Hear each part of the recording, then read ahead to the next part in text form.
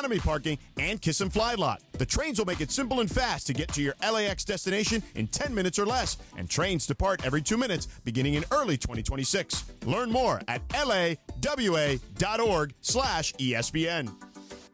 Looking for paint that actually lasts? Vista Paint delivers expert quality, rich color, and pro-trusted durability, backed by over 60 years of experience. From your home to your next big project, we've got you covered. Vista Paint, since 1956. College football is back, and the Coliseum is the place to be. USC football takes on the best in college football, with home games against Michigan, Michigan State, Iowa, and crosstown rival UCLA. Don't miss a single snap, a single touchdown, or the roar of the Trojan Nation. Single game tickets are now available at usctrojans.com/tickets. usctrojans.com/tickets. Fight on!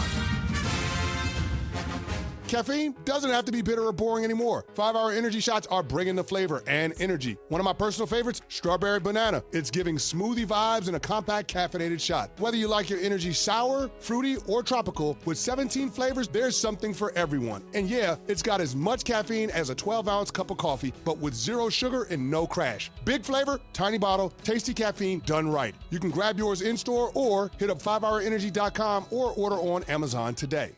This college football season, show your school spirit every time you pay. Introducing college-branded Venmo debit cards. Rep your team on and off the field with custom designs that let everyone know who you're rooting for. Whether you're tailgating, grabbing stacks for the watch party, or celebrating a win, you can unlock 15% cash back at ESPN, 1 free year of Perplexity Pro, and more. This college football season, score more with the Venmo debit card. Get yours now in the Venmo app. Learn more at venmo.com/collegecard. Max cashback varies. Terms apply. The Venmo MasterCard is issued by the Bancorp Bank N.A. Hi, it's LeBron. The Lakers play here. 710 ESPN. KSPN, Los Angeles. A good karma brands radio station. Oh! Previously on the Sedano and Kap morning show. Wait, hold on. You ready for this, George? Yeah. And then yesterday, I'm sitting there watching the Rams game. Yeah. And George and I are texting. Yeah. And what did I ask you about yesterday? You asked me about how do I book a parking spot at LAX, my home away from home. So then George explained to me which parking lot I should use. Right, based on the airline you're going to use. Sent me the link. By the way, I knew exactly what airline you were flying based on where you were going. Right, sent me the link. I'm like a travel agent. I was able to click the link. I mean, I'm really proud of myself. I was able to click the link. Yeah. I sent you the link, right? Right. Yeah. You sent it. I clicked it. Yeah. And then I was able to even actually put my credit card information in. And I also, and wait, you ready for this? Yeah. I finished it off. I have the parking with my license plate and my confirmation. It's even in my Apple Wallet right now. The Sedano and Kap morning show is on the air. The biggest show in ESPN LA history. A little sabor? Yeah, I don't think people like being called hacks. You're the güero on the radio. Giant Mexican, horn section. And Did you have me on your show to berate me? Is that what you're doing now? Give me a freaking break. You're gonna have to buy seat licenses. Who's buying a seat license? Nobody's buying a seat license for UCLA. You have to do it at UCLA. If the Rose Bowl, you have to do that. Okay, well we had seat licenses for our seats for a while. I'm just saying you need to change that. Who's going to buy a seat license for that? I mean, it's one when thing there's when a you're building product a on new the field. stadium. If you're building a new stadium and you want to be like first in and you bought a seat license to the Rams, that's one thing. Which, by the way, I still think that's ridiculous too. But Bergie, you think that people are gonna have to be forced into buying seat licenses for UCLA at SoFi? Scott Kaplan, eat a fat one, bro. The Sedano and Kap morning show on 710 ESPN. The all-new ESPN LA app and on YouTube at ESPN Los Angeles. We're bigger than U.S. Steel. Wow, that's crazy. Well, you want to Bit boy. Right now. Monstrous. Beto, I don't want to eat that. We did it, Dad. We did it. You were riding high on the stinger last time. Oh, big time. So we should do seat licenses to the Mandy's. Right, we seat licenses with Mandy's. What do I get? You get to see Morales. I mean, in a G-string. Yeah.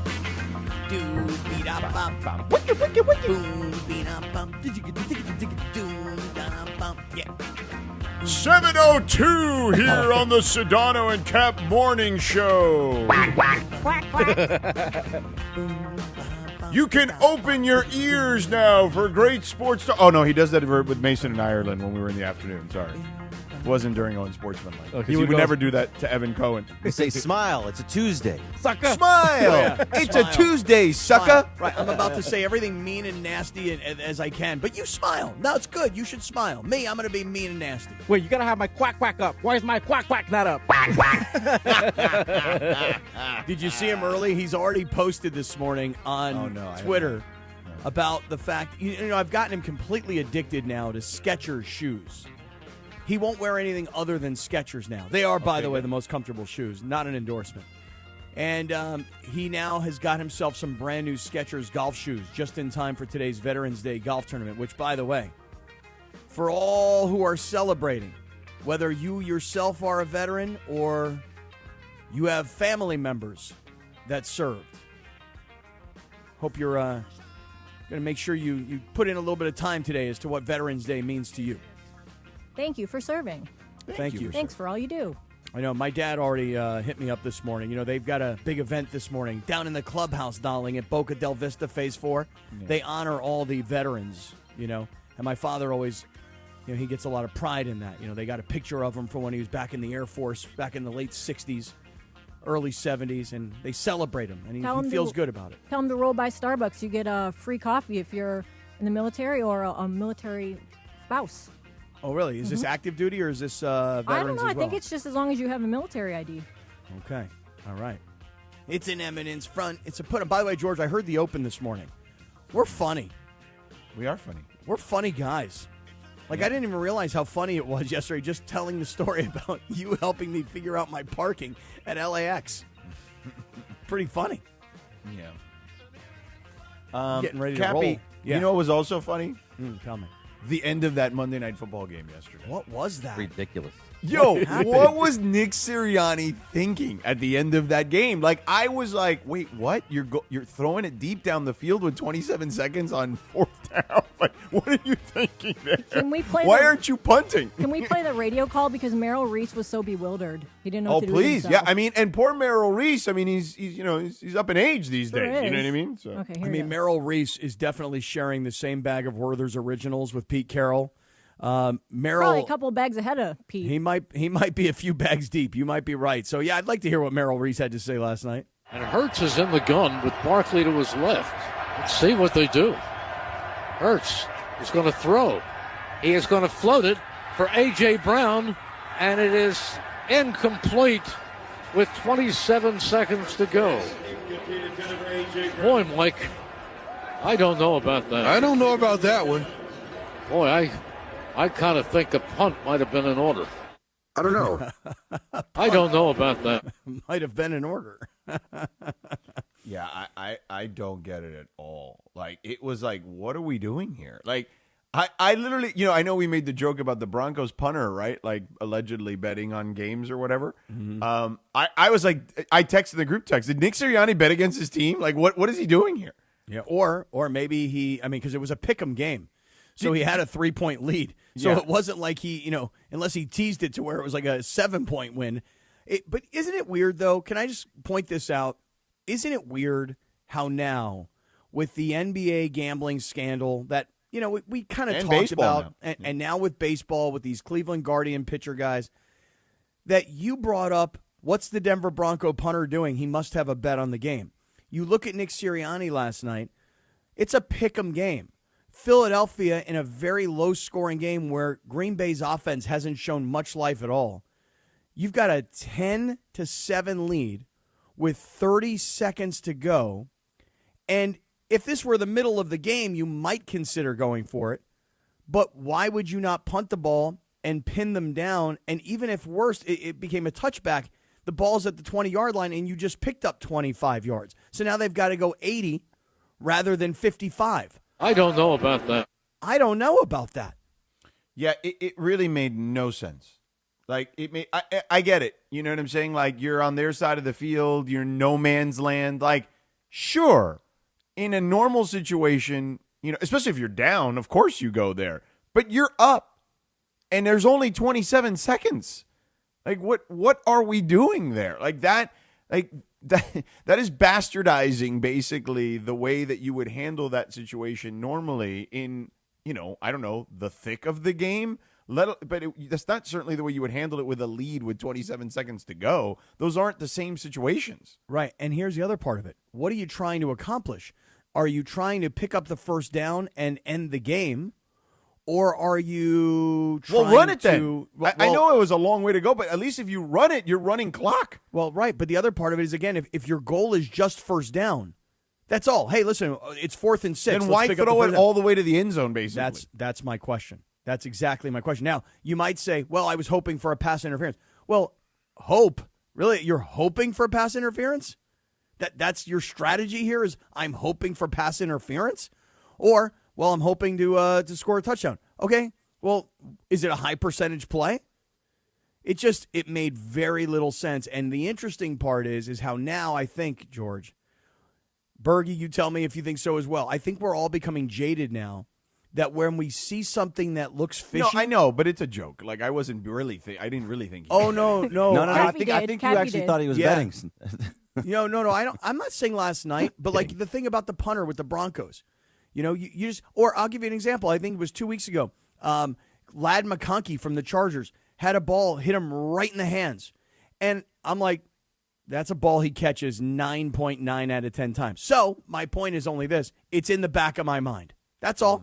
It's in the back of my mind. That's all. Well, Sirianni said, I guess, that the reason that he wanted to go for it was because then if you go up 6, they still need a touchdown and they can't go back and, tie it up with a field goal. Right? Right, but why throw it all the way down to the end zone? Yeah, like that's right. If you wanted the first down to Cappy's point earlier, then just figure out a route that picks up the first down. Because it was 4th and 6, right? Right, 4th and 6. And by the way, you don't think Saquon Barkley could pick up 6 yards? Yeah, imagine if you're Saquon, I don't. what you think. Actually, right now I don't think he can. I don't think so either. He had a couple big runs, but besides that, he got bottled up in the backfield but a lot. I'm saying no, but just dump it down to him.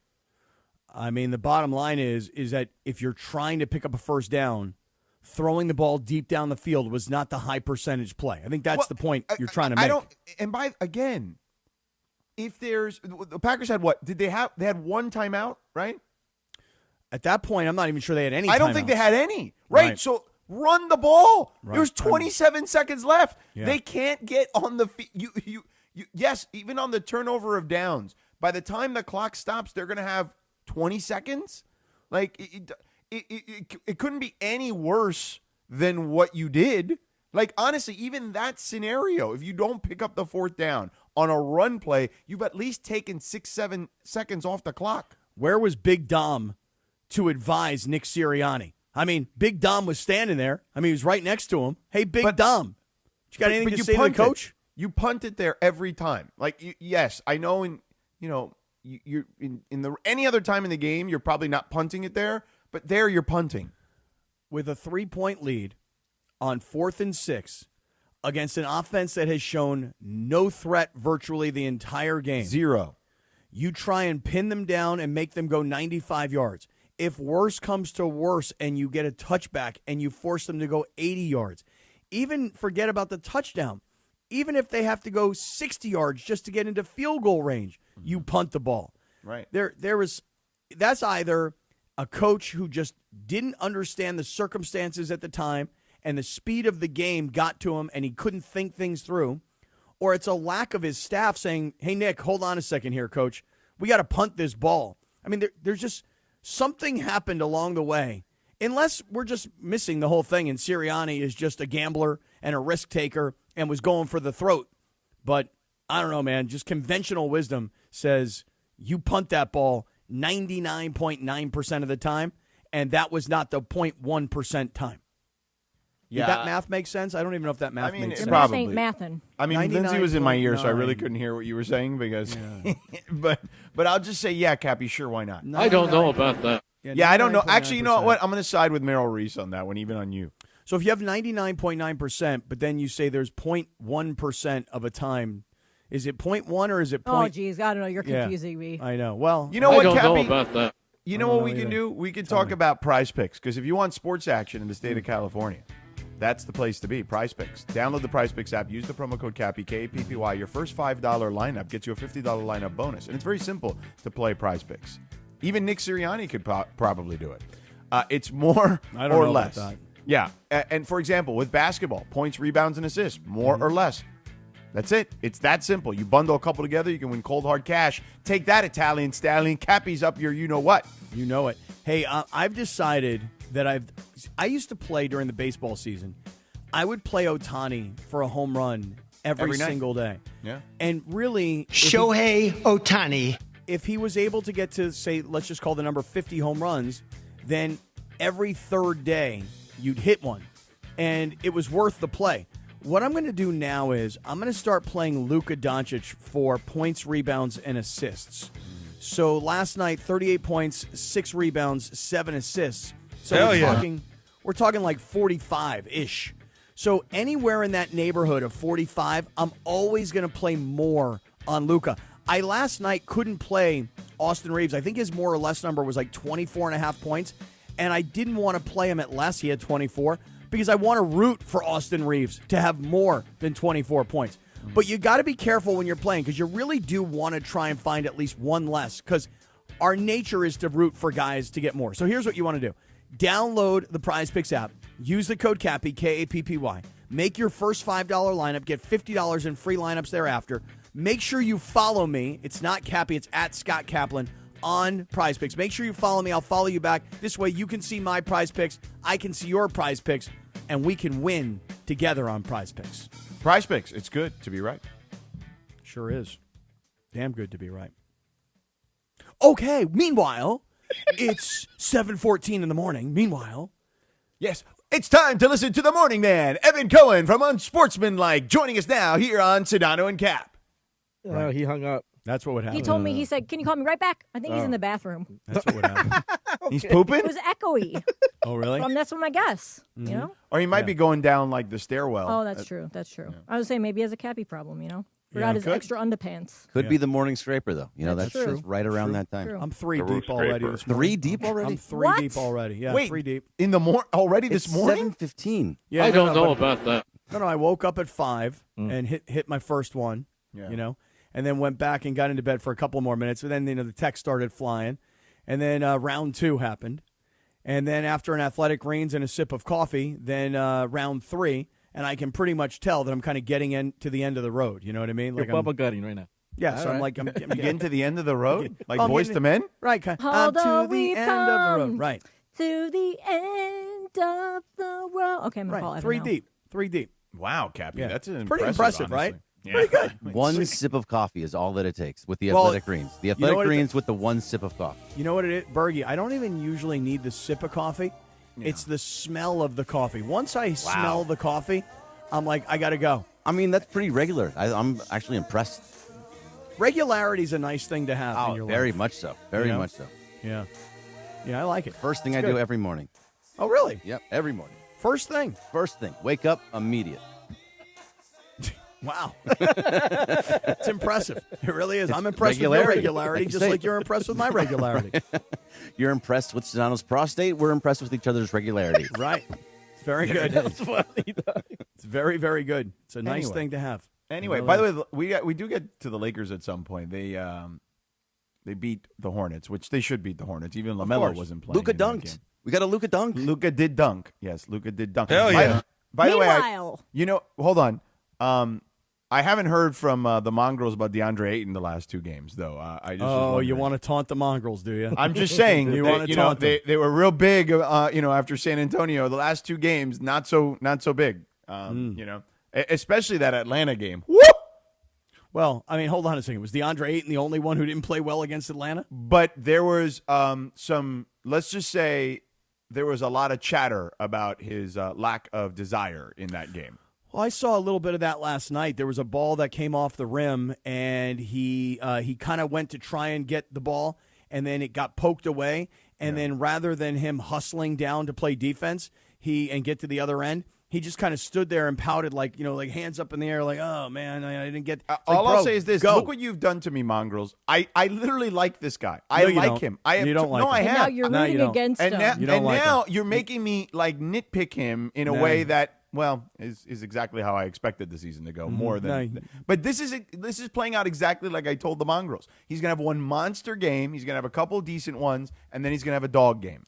Well, and that's his career. All right. You should have said the same thing about Jake LaRavia. How about that?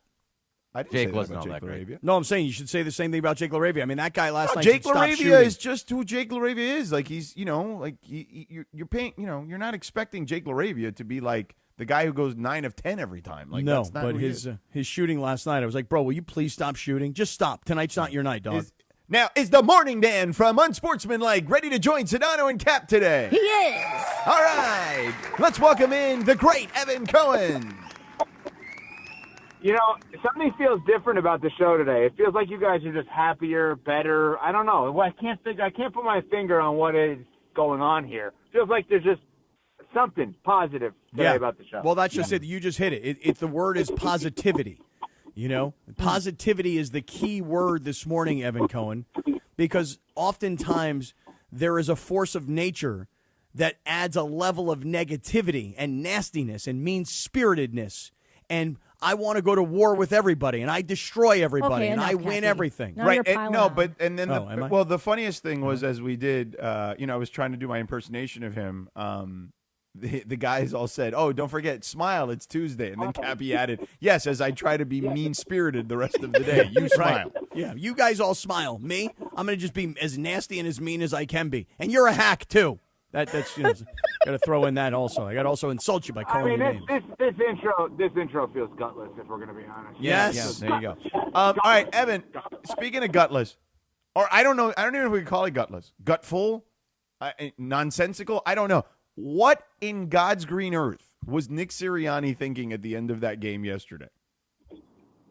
Well, to go for it on the fourth down when you could just punt it away obviously is not ideal. But I'm surprised you, of all people, Sedano, are the one ripping him because you do like the coaches that use the analytics. You do like the gutsy coaches that go for things in a way that others don't. Sure, but if they don't have any timeouts and there's 27 seconds left, you at the very least, if you're going to throw the ball, don't throw it 35, 40 yards down the field. Check it down, see if you can pick up the first down or throw it to the sticks. I mean, maybe if you did that, I could potentially defend you, but throwing it, lofting it 35, 40 yards down the field made no sense. Zero as a play call. Yeah. And what's interesting is that there was another fourth down in the third quarter, not to get too specific here, but the Packers went for it on 4th and 9, I want to say on the Eagles' 41-yard line. That I thought that was crazy. Like, I'm a big believer in that every drive should end with a kick. Like, I subscribe to that theory. Yeah. I think that the whole concept of the punt, people look at it as, oh, God, we got a punt. I look at it as use it as a weapon to get better field position, to give yourself a chance to win the next time you have the ball. Because it sets a trickle-down effect of when teams have the ball and where, that I think the punt should be used as a weapon, not as a, oh, God, we got a punt, like as a worst-case scenario. I don't look at it the same way everybody else does, I think, in that regard. And punting is a defensive play, not an offensive play. So that's what you're doing, is you're playing defense. So why, in this case, why would Sirianni have played offense and gone deep when he could have played defense and pinned Green Bay way back? It's not like Green Bay's offense had posed much of a threat. As a matter of fact, Evan, you bring up other plays in the game. Green Bay's in their 2-minute offense. They get to a 4th and short, and their clock is ticking, and they get up to the ball, and they all know what they're going to do, which is they're going to run the ball to try and pick up this 1 yard. And if you remember what happened on that play, Philadelphia could sniff it out from a mile away, and it actually turned into a fumble and a turnover. So it's not like Green Bay's offense had proven to Philadelphia that they posed much of a threat. Why they chose to throw rather than punt, I still don't really understand. I got to think somebody grilled Sirianni in the postgame and found out some answers, but we haven't heard him yet. Can I ask you guys a follow-up question on something else, if I may? Please, sure. Feel free. You guys were talking about the NBA right before I came on, and oh, wait a minute. This is what I was going to ask you about, and it just came across. The Mavericks are going to fire Nico Harrison at 10 a.m. Central Time. Shams Charania and Tim McMahon are reporting. That means the man who traded the Lakers, Luka doesn't even get a year to build a team after that, which we knew the day that trade was made that he got himself fired. It is unbelievable that an ownership or governorship group in the NBA could allow someone to trade a generational superstar like Luka and then not let them play out their plan. I don't think, obviously, Nico should have kept his job. I think the moment that he suggests trading Luka, you should fire him on that spot. But it is amazing. Not that the Lakers fans are going to celebrate winning the trade because they're the Lakers. That's not what they celebrate. But man, oh man, did you win the trade. And I can't believe how poor of a job the Dallas Mavericks did and how great of a job the Lakers did with this. It's just illuminated today with this news. You know, Evan, Tim McMahon, who I happened to see last week at the Lakers-Spurs game, he'd been saying for some time that it's inevitable that Nico's going to get fired. That's what he was saying. And there was a story I had read earlier this morning about this young kid who's a Mavericks fan who walked up to the governor of the Mavericks. What's the guy's name? Is it George? What's his last name? Is it DuPont or something like that? DuPont. Yeah. And he walked up to him to apologize, and he's wearing a Luka Lakers jersey. And the kid and his father have season tickets, and the kid was harassing the governor, this guy DuPont. So his father and him decided, you know what, man, that was disrespectful. You should go say you're sorry. So the kid walks up to him and sits down courtside and is telling the guy, hey, look, I'm really sorry, man. It's just that I love Luka. I'm wearing my Luka Lakers jersey. But here's the thing. Dumont. Excuse me. Did they fire him because of the bad trade?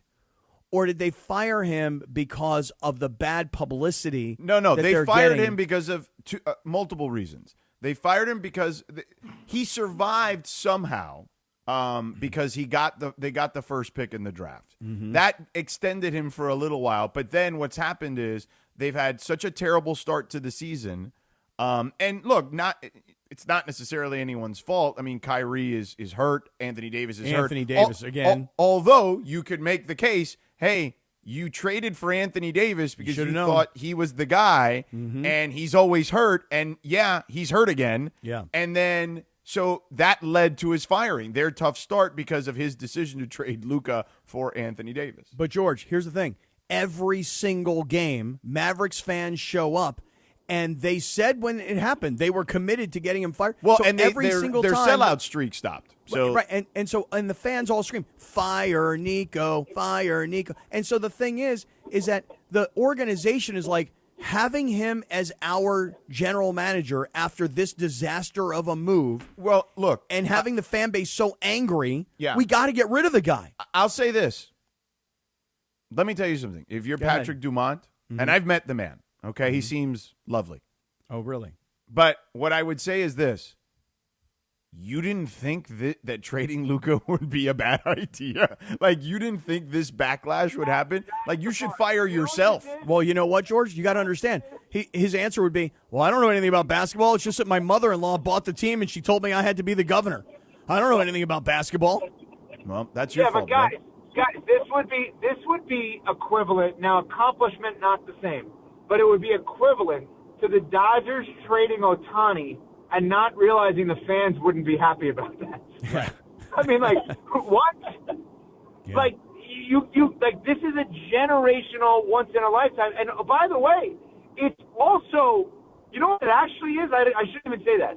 It's finding someone in a decade who actually could replace Ohtani as the face of the franchise.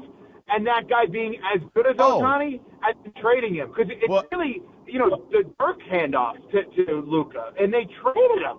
Well, I mean, we did it with the Angels. We were talking about the Angels. They should trade Ohtani at the end because they knew he would. I mean, this notion that he was going to come back to them was absurd. If anything, that's the somewhat of the equivalent. You trade Ohtani if you were the Angels. But, right, if the Dodgers did it, yes, of course there'd be a revolt. It's just and the other thing now to think about, George, Cappy, the other thing to think about, if that team stinks and there's a player who's not necessarily in the greatest shape in the world right now, and I'm not shaming anyone, how long before Anthony Davis trade rumors start? Because that's what's going to happen next. You have to blow this thing up if you're them. Anthony Davis will get traded. Klay Thompson is going to get traded, I would assume, who is not even in the starting lineup. Jason Kidd is going to regret signing the contract extension versus going to the Knicks, which is, where he probably wanted to go. This now becomes a team that could really impact the rest of the league, because if you're coming in as a new GM, this thing ain't going to work. So what's your first move? You've got to restart this thing and rebuild it around Cooper Flag. And I wonder if Anthony Davis now is on the move. Yeah. And think about it from the Luka perspective, Evan and George and everybody else. Think about it from this perspective. You were Luka last year. You were professionally insulted. You were personally insulted because they told you how fat you were and how you weren't committed, and you couldn't even play for them because of all of your physical problems that you were having, according to them. Mm-hmm. You went out and got yourself into world-class shape. Yeah, so much so the Today Show thought you were on Ozempic. Yeah, right. You've gotten yourself into world-class shape. You've gotten the Lakers off to a much better start than most of us probably would have projected. The Lakers are doing all of this minus LeBron, who's still not played yet this year. If you're Luka, you have had your revenge, because your departure and you're getting yourself into shape and your start to the season versus the Mavericks start, you have destroyed, blown up their entire franchise. Not to mention you got the guy who traded you fired. But Luka should be celebrating today. I did all that. That's me. Yeah, I blew them up. Yeah, but Luka's, you know what? You know what, though? definitely smiling. You know what? And Sedano, I know Cappy is going to disagree with me on this, because we operate differently mentality-wise with some of this stuff. Not good nor bad, neither of us. If I'm Luka, I'm on the Lakers. I'm not saying a word publicly about it. Oh, yeah. Right. Oh, no, he won't. He won't. You take the high road. No, yeah, high road. Yeah, he won't. He will. He. I mean, they'll ask him, and he'll just be like, "Hey, man, whatever it is, what it is." Like he'll take the Lakers now. He'll take a subtle shot, maybe, but like it'll mostly be a very quick, like, "Hey, that's their problem, not mine." If I were him, I'd be like, "Well, what do you guys want me to say? I mean, what can I tell you? I play for the Lakers now. I left there, and that's the aftermath of my leaving. What do you want me to tell you? I'm on a good team now.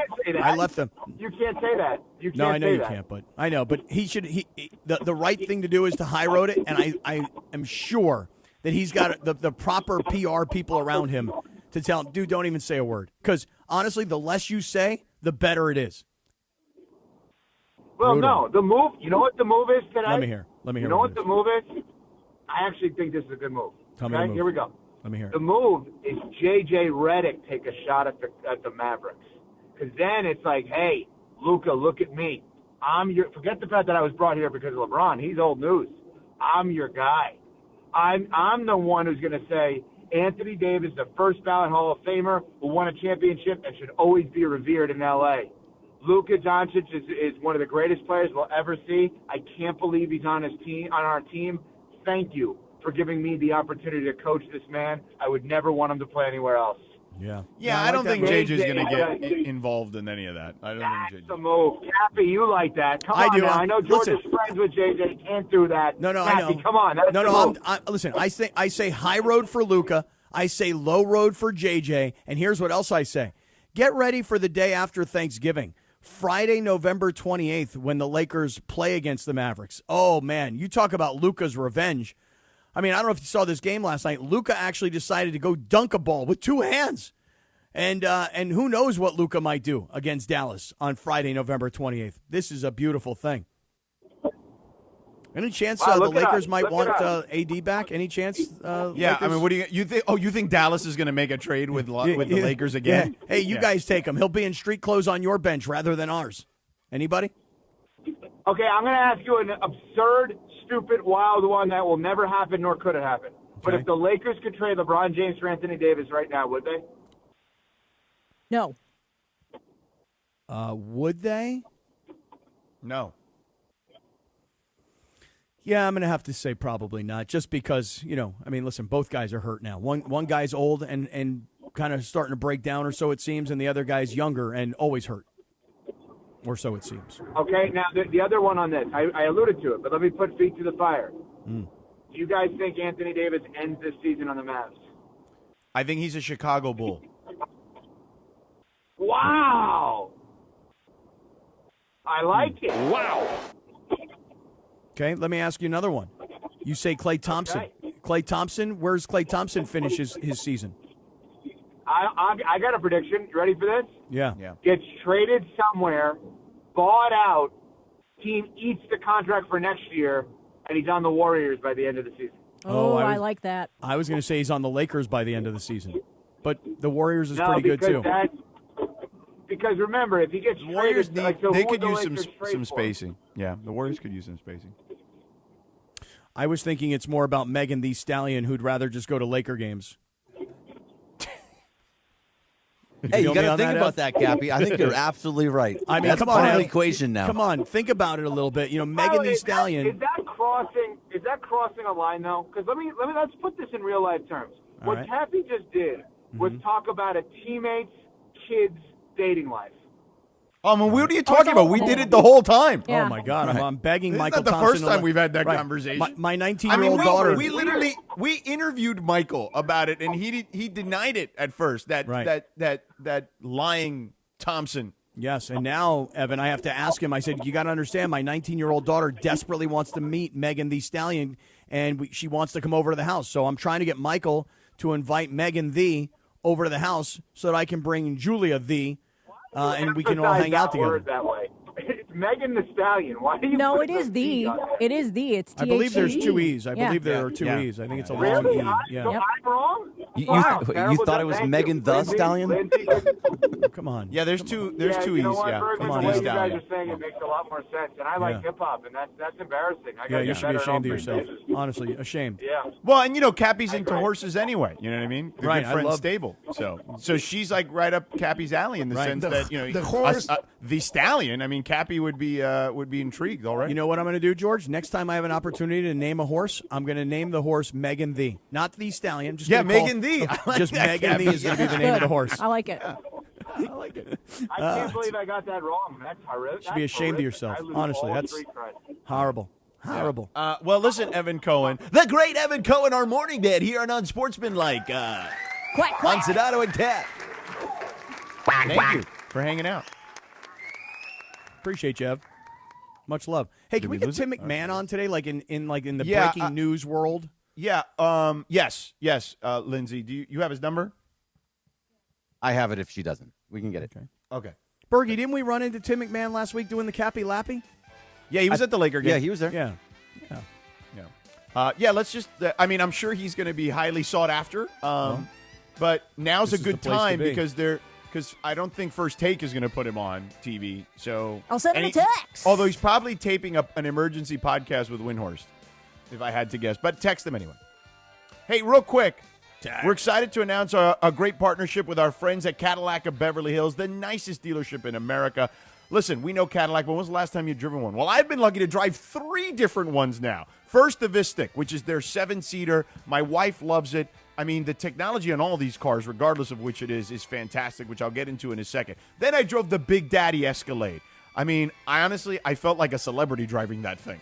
And third now, I'm in the Lyric, the V-Series, which is so fast, Cappy. It literally goes 0 to 60 in 3 seconds. It's the fastest EV in the world right now. Okay, so I'm in this Lyric, which is, honestly, you could buy a Lyric. It's a small SUV. They start at just around $400 a month. If you go to Cadillac and you go to their website, you go to Cadillac at Beverly Hills and their website, CadillacBeverlyHills.com. I'm telling you, this is a beautiful car. And when you drive a Cadillac, you know you've made it. It drives like you're on a cloud. As I mentioned, the technology, if you're a parent, regardless of what model you've chosen, they've got teen driver mode, which allows your teen to drive the car. But get this, it doesn't even start the car unless the seatbelt is locked in, and it literally doesn't let them drive 1 mile over the speed limit. That's the type of beautiful technology it's got. It's got Google Assistant for you as well. I mean, all sorts of bells and whistles. You name it, they got it, man. And that's why you need to get in a Cadillac. Because, again, you know you've made it if you're driving a Cadillac. And, of course, it's American, too. So go in and say hello to the incredible team at Cadillac of Beverly Hills. Go say hi to Tony and Dan and the entire crew. Check out their beautiful showroom at 8767 Wilshire Boulevard in Beverly Hills. Or check them out on the web at CadillacBeverlyHills.com. 7:37 and 15 seconds. But first, before we go to break, the Dodgers celebration keeps rolling at Legends Attic in Claremont. Join us this Friday from noon to 3:30 as we broadcast live with World Series champ Miguel Rojas, Oral Hershiser, and many, many more. It'll be Mason and Travis. That's We'll check out Dave Hobrecht's amazing sports art, score prizes, and celebrate back-to-back titles. Don't miss it. Get your tickets now at legendsaddict.com. We're back in 3 minutes, and I got questions about Luka and Nico Harrison. Who wrote this copy? Me. The Sedano and Kap Morning Show. We'd like to thank our founding partner. Call Jacob. Call Jacob at 844-24-JACOB. 844-24-JACOB. Or visit calljacob.com. This is the Sedano and Kap Morning Show. What's going on? It's Bethel Duran, and I love rolling around in my Toyota. Tacoma, to be exact. And right now, if you're in the 818, go check out the All-Stars at Northridge Toyota. In the 626, it's all about Wondries Toyota. Lease a brand new 2025 Tacoma for just $164 a month or 36 months plus tax. Northridge Toyota or Wondries Toyota. Serving all of SoCal sports fans, they make it easy. Lease excludes tax, title, license, registration fees, and dealer options and changes. $59.99 cash or trade equity down. Expires 11/30/25. Hey, it's Mason. The NFL is back at Cosm. Watch NFL games in shared reality at Cosm and feel the energy of game day in the Dome and in the Hall. This season, before every Rams home game, you can hang out with ESPN LA's Travis Rogers and Sua Cravens for the Rams pregame show live from the Hall at Cosm. And if you got a ticket to the game, you get in there for free. Don't miss Cosm's signature menu. Go check it out, Cosm.com. That's COSM.com. Cosm.com. I don't know about that. Hey, it's Chris Morales. You know, we joke around a lot that I almost died, which I almost did. I had severe heart failure. That's when I went to a Providence hospital in the emergency room. And here's the thing about heart care. It begins with trust. That's why Providence takes the time to listen, understand, and earn yours before making any decision about your care. For me, if it wasn't for Dr. Cobb and Katie Cornella at St. Joe's in Orange, they made me trust them and they made me know. And my health and my life were going to be even better once I got out of the hospital. Providence, caring with compassion in Southern California. Support comes from Clean Power Alliance, providing 3 million residents and businesses clean electricity options. Southern California is our home. It's the air we breathe, the sky we share, the communities that connect us. Every day we have the choice to make a change. On every road, with every light we turn on, we can choose clean energy. Together, we power potential. Change is electric. Learn more at cleanpoweralliance.org/changeIsElectric. Some people just know you can save money on car insurance by checking Allstate first. Like you know to check Kirk Herbstreit's pregame analysis first, before talking to your brother-in-law. In this game, the key thing to watch will be the offensive line versus their front seven. If they can get pressure without blitzing, this could be a long night. Okay, Kirk. I know stuff. Ooh, checking first is smart. So check Allstate first and see what you could save. You're in good hands with Allstate. Potential savings vary, including based on how you buy, subject to terms, conditions, and availability. Allstate North American Insurance Company and affiliates, Northbrook, Illinois.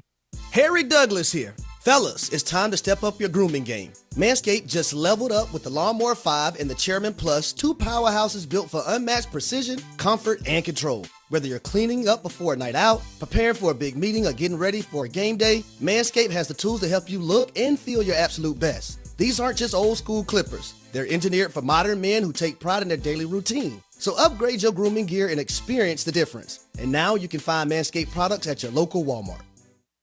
It's Veterans Day, and happy Veterans Day from the Sedano and Kap Morning Show. This Veterans Day, it's time to honor your service and your future with veteran-founded National University. NU is a nonprofit and one of the nation's top educators of the U.S. military. With flexible online and hybrid programs, monthly class starts, and over 150 degrees, credentials, and certificates. National University helps you keep moving forward. You can even earn credit for your experience. Plus, check out military tuition scholarships for veterans and their families at nu.edu.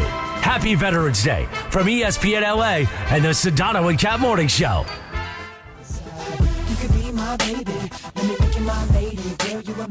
All right, Evan Cohen killed the clock again. This time it was our fault, though. Yeah, we'll have to take that one. Breaking news, in the middle of all of that. Well, that is true, and I'm glad he mentioned it because I didn't see it initially, and he got it. I mean, he has the alert going because it must have hit his phone.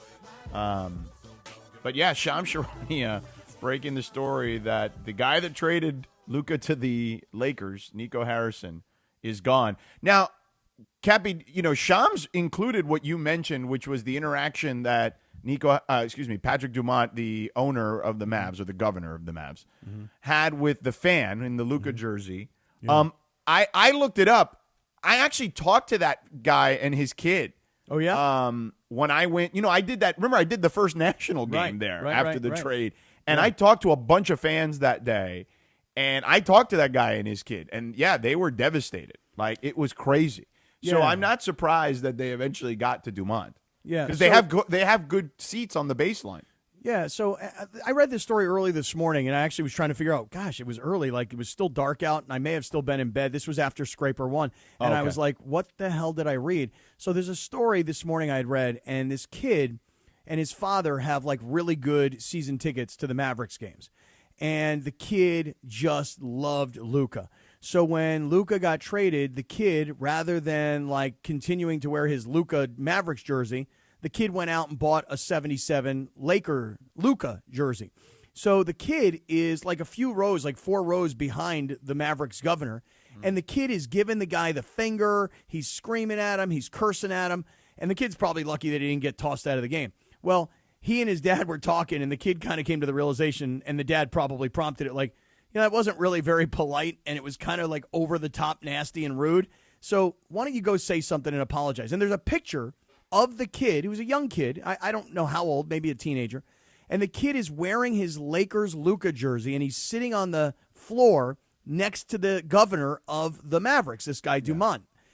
And keep in mind, by the way, this guy Dumont, he didn't buy the Mavericks from Mark Cuban. His mother-in-law, I think her They name own Oh, Oh, the the is Sands Shelley. Company, right? Yeah, which her- is I think- the casino, right? Her last name is Adelson. Right. And her husband, who's no longer alive, he owns, to your point, casinos. He owned the Las Vegas newspaper. He's a very, very wealthy billionaire guy.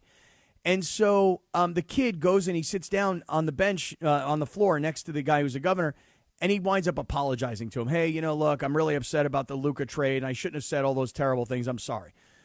So there's a picture of this kid in a Lakers Luka jersey sitting next to the guy who is the governor of the Mavericks. George, every single night, even when the Mavericks are in a game that they could win, and by the way, they've gotten off to a terrible start. Anthony Davis is hurt. Cooper Flagg just came up with one of his biggest and best performances, but they're off to a terrible start. I want to say they're like 3-6. Every time their guys go to the free throw line, the whole crowd is chanting, fire Nico, to the point where one of their players the other night had 3 shots at the line to tie the game, hits the first shot, then the crowd starts chanting, fire Nico, fire Nico. He misses the second shot. They wind up losing the game. So it's almost as if the fans are trying to sabotage the team because they desperately want this guy Nico fired so bad. They're 3-8, by the way. Thank you. But I would ask you this question, George. Do you honestly think that Nico made this trade unilaterally? That it was 100% his decision? No, but that's my point, is that Patrick Dumont, as the governor, greenlit this. That's right. You That's know right. what I'm So- saying? So, yeah. and look, I'm sure Laker fans, if you're sitting there, you're just laughing your ass off, as you should. Right. But, yeah, he needs to share in the responsibility. Now, allegedly, reporters went to that kid in the Luka jersey, Yeah. and they said, they asked him, like, hey, what happened? He said that he felt bad for the Luka trade, as Evan pointed out, that he didn't do what was best in the best interest of the franchise, that he made a mistake and is trying to rectify it and wants to win the fan base back. Well, too late, bro. Like, yeah. I got to be honest with you. I don't know if that's ever going to happen at this point. Like, honestly, is there ever – could you imagine, like, what the Lakers fan base would feel like if, like, and look, I know there were some lean times when Jim Buss was here, okay, and was running basketball ops, okay? But could you imagine, like, how Laker fans would have felt, like, if they traded, I don't know, like, think about, like, Kobe in his prime. Like, that's the only thing that even comes close to this, right? And I know there was a time where Kobe almost left or whatever, but let's say Kobe would have left, right, to the Bulls or the Clippers or whatever back in those days when he wanted Jason Kidd and didn't want Andrew Bynum or whatever it was, and he was in that strip mall, and some kid videotaped poor Kobe, ripping Andrew Bynum and saying, how did we not trade Andrew Bynum for Jason Kidd? Which is, the irony of this being Jason Kidd being involved in this too somehow. But if, let's say, for example, Greg, if that would have actually happened back in 2006 or 7 or whatever it was, the fan base would have completely revolted on the Bus family. Okay, no matter what, no matter how much goodwill they would have had prior to that, and they had plenty, they would have revolted against them. Yes? Yeah. Oh no, we would have lost our minds. But the only thing that's different about that is that he would have been asking for it, whereas Luka was like, "I want to be a Maverick." No, forever. of course, it's not apples to apples. No, but yes, we would have all lost our minds and freaked out on Jim Buss and Jerry Buss, and it would have been a whole disaster. But it's just I don't understand. I want to go back to a little bit further, but keep going on your point first. Well, go. But one more layer, though. Not only would they have traded, hypothetically, their best player, a generational talent, but think about trading that guy for somebody that is chronically injured. Right. See, that's the other part of it is trading Luka was a terrible idea no matter who you got back. Correct. Right. But trading Luka for a guy who is ridiculed because he's always hurt and ironically – right. While Luka's in the best shape of his life, and yeah, he's missed a couple of games here and there with little nagging things, Anthony Davis is always hurt. Always hurt. In fact, when the Lakers hosted the Mavericks for the first time, and Anthony Davis came back, they had the salute video. Right. I almost said mother ever. He was hurt. He was available. That mother ever was hurt then too. So, Sedano, can I go back to when the trade actually happened? Were you trying to say that Nico all by himself went to Rob Pelinka and said, "Hey, what about this Luka and Anthony Davis thing? Can we make this happen?" Or did Patrick Dumont say, "Hey, we got to get away from"? Here's my. You know what? Let's take a break, okay? Or because we need to. No, we can sweep the top. Let's take a break and let's sweep the top, right? Because we're already way behind, and I think that we need to catch up. But I will tell you exactly the way I know the story, okay? From conversations with people with the Mavericks, with conversations people surrounding the Lakers, with people surrounding all the people involved. You know what all the morsels. You know, if you put them together, what it says, okay? I will tell you all those details that I know of how that whole thing went down, particularly the Dallas side and how he ended up here. I will give you every ounce of information in my head at the moment. Ooh, okay? I had a brain dump. We will do that on the other side. I like a brain dump. Beautiful. In the meantime, hold on. Hey, guys, I want to just present to you a potential scenario. Here it goes. Your home is flooded, and you've got severe water damage.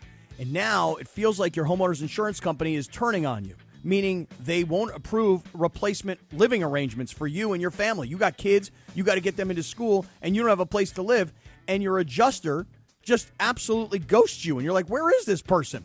Take a breath and call Avner Gatt, because I'm telling you right now, Avner Gatt to the rescue. One of Southern California's largest public adjuster firms, Avner Gatt knows how to fight back when your insurance company makes you feel like you're some kind of criminal, leaving you with no hope of getting your home back together. How's he going to do it? Well, first of all, he's got decades of experience. He knows these homeowners insurance policies like the back of his hand. He knows all the people that are involved because he's got those kinds of relationships.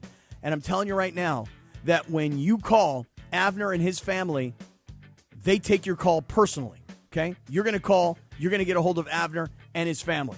So whether it's a toilet overflow, a broken water line, a burst supply line, a broken fire sprinkler, whatever it is that causes this massive amount of water damage, Avner Gatt is going to take care of it for you. 818-917-5256. I'll slow it down. 818-917-5256 or AvnerGatt.com. That's AvnerGatt.com. You call. Avner will answer. You'll know it's him when you hear, hello. Avner Gatt. Your claim, our game. The Sedano and Kap Morning Show. We'd like to thank our founding partner, LAX, Los Angeles International Airport, where change is in the air. Learn more at lawa.org/ESPN. This is the Sedano and Kap Morning Show. Vista Paint is California's original paint company and has been serving pros and homeowners since 1956. Our paints are formulated for lasting performance, beautiful finishes, and made to withstand the weather. Vista Paint, locally made, expertly crafted, always reliable. This show is sponsored by BetterHelp. Hey, it's May. Shorter days don't have to be so dismal. It's time to reach out and check in with those you care about and to remind ourselves that we're not alone. This month, don't wait to reach out. Whether you're checking in on a friend or reaching out to a therapist yourself, BetterHelp makes it easier to take that first step. Our listeners get 10% off their first month of therapy. Just call pound 250 and say the keyword timeout. That's keyword timeout after calling pound 250. Buenos dias. Football fans, join Travis Rogers, Sue Cravens, and Chris Morales this Sunday for the Rams postgame show live at Hollywood Park Casino. Score signed memorabilia, grab tickets to future ESPN LA events, and keep the party going at LA's hottest card room. That's Hollywood Park Casino, 3883 West Century Boulevard in Inglewood, Sunday after the game. Must be 21 or older. Hollywood Park Casino, where LA comes to party and play 24/7. Celebrate back-to-back championships with Children's Dental Fun Zone, your one-stop shop for children's dentistry and orthodontics for over 23 years. Join us this Friday at Legends Attic in Claremont as ESPN LA broadcasts live from noon to 3 p.m., featuring an autograph signing with World Series hero Miguel Rojas. Children's Dental Fun Zone accepts Medi-Cal, PPO, and HMO insurance. For your free consultation, visit cdfzone.com. This month only, get $500 off braces. A proud partner of ESPN LA's broadcast from Legends Attic with Miguel Rojas. All right, guys, I'm here with the crazy Hernandez brothers from Hernandez Wholesale Flooring. Okay, I understand that, you guys obviously have dealt with contractors, wholesalers, but is there a project too big? Is there a project too small for you guys? No, not at all. No project's too small or too big. We could handle anything you need. Are you kidding me? With as much as people love their pets now, people come in for carpet for their doghouse. So we can do a project that small, and we're happy to do that. For the best prices on hardwood carpet and more, call 866-62-FLOOR.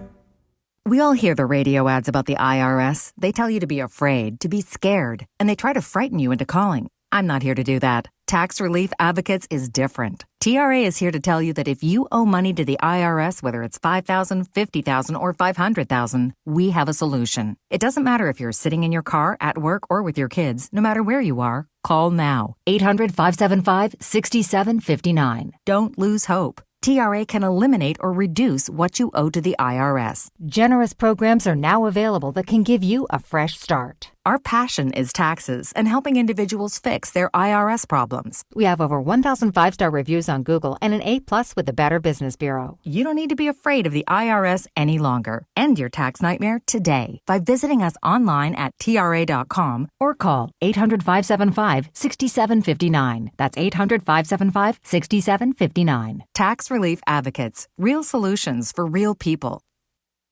It's Veterans Day, and happy Veterans Day from the Sedano and Kap Morning Show. This Veterans Day, it's time to honor your service and your future with veteran-founded National University. NU is a nonprofit and one of the nation's top educators of the U.S. military. With flexible online and hybrid programs, monthly class starts, and over 150 degrees, credentials, and certificates. National University helps you keep moving forward. You can even earn credit for your experience. Plus, check out military tuition scholarships for veterans and their families at nu.edu. Happy Veterans Day from ESPN LA and the Sedano and Kap Morning Show.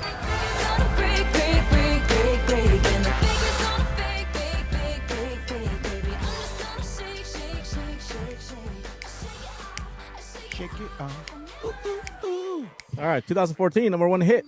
Shake It Off, Taylor Swift. Well, it was a serious fade, too. Serious fade, though. Wait, you're too quick to the fade. You don't got to laugh through it, Jorge. Just come in strong with it. I'm trying to keep a straight face, but it's like that. You're trying to keep a straight face because you feel like between Lindsay, Bergie, and Briones, the three need to somehow fill the Morales role today. Yes. Is that right? Yes. Most of them do. I mean, Bergie's been reading liners. Lindsay and Jorge Bergie started so well on that liner. You actually sounded like Chris at the beginning, and I think you realized you were in character, and then somehow it didn't go as well after that. What happened? I looked up, and then when I looked down, I went to the wrong liner. Yeah. So stay on the paper. Don't worry so about I stayed it. on the paper. So stay on the paper. After Oral Hershiser and more, I looked up to say that it's going to be Mason and Travis, and then when I looked down, I was on an HPC liner, and I was like, "Oh, that's." I told him, I was like, "You should have just blamed the copy." Yeah, right, exactly. Blame whoever wrote it. It's somebody else's fault. Who wrote this? Right. And even Lindsay and Jorge at 6:55 a.m. this morning, granted that was an hour ago, they kind of came on as soon as Unsportsmanlike went off. They came on to hype up the show. So everybody's trying to fill that Morales role today. Now, George, what Morales said was... Well, real quick, Cappy, Yeah. Before you get to that, let me jump in here and say... Oh, okay, there you go. Let's be real. If you're Okay. hosting a game day watch party, people remember the food and drinks, and nothing gets the crowd going like Stella Rosa wine. I always grab a few bottles, different flavors too, Stella Rosa blueberry, or even maybe cranberry for your holiday game day party. Those bottles don't last long once my crew shows up. So whether you're watching at home or tailgating in the parking lot, Stella Rosa is the perfect move. Chill it, pop it open, and suddenly everyone's in game day mode. Trust me. Show up with Stella and you've already won the pregame. So this football season, no matter where you're watching, at home, at the tailgate, or with your crew, make sure you're ready to celebrate game day with Stella Rosa. Find your favorite flavors at your local retailer, and remember to celebrate responsibly. Back to Sedano and Kap here on KSPN Los Angeles, a Good Karma Brands radio station. Quack, quack. There you go. Nicely done. All right, Nicely so done. we're going to sweep the top here. We're going to go to like Sweep the 12-ish. top. Sweep that thing. We'll go to like 12-ish here. So here's the deal as I know it, Cappy, okay? Yeah, why don't you Going- reset us, just so I understand. Just reset. So it looks like Nico's getting fired today from the Dallas Mavericks, right? Yeah. So Nico Harrison, okay, gets hired by the Dallas Mavericks, okay? I want to say it was like 2021-ish. Okay. Sounds about right. Okay. Yeah, 2021. He gets appointed as the general manager and president of basketball operations. He succeeds Donnie Nelson, who had been in that role forever, okay, under Mark Cuban, all right? So Mark hires this guy, okay? And that also coincided with them hiring Jason Kidd as the head coach, okay? Well, first off, they hired him. Thank you, Wendy. In Nico's first 3 years, they go to the conference finals twice, okay? All right. And obviously won NBA finals. So everyone's just assuming like, oh, man, things are good.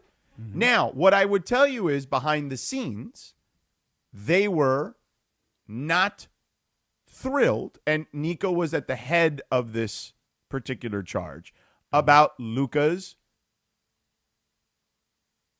I would say this. I'm gonna catch myself here, and I would say they were not happy with Luka's dedication.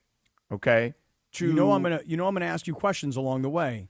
Yeah, they were not happy with Luka's dedication to his body. Let's just call it that. Okay. When you say, I just want to ask you, when you say they, because you said you're going to brain dump on us, you said you're going to unload everything you know.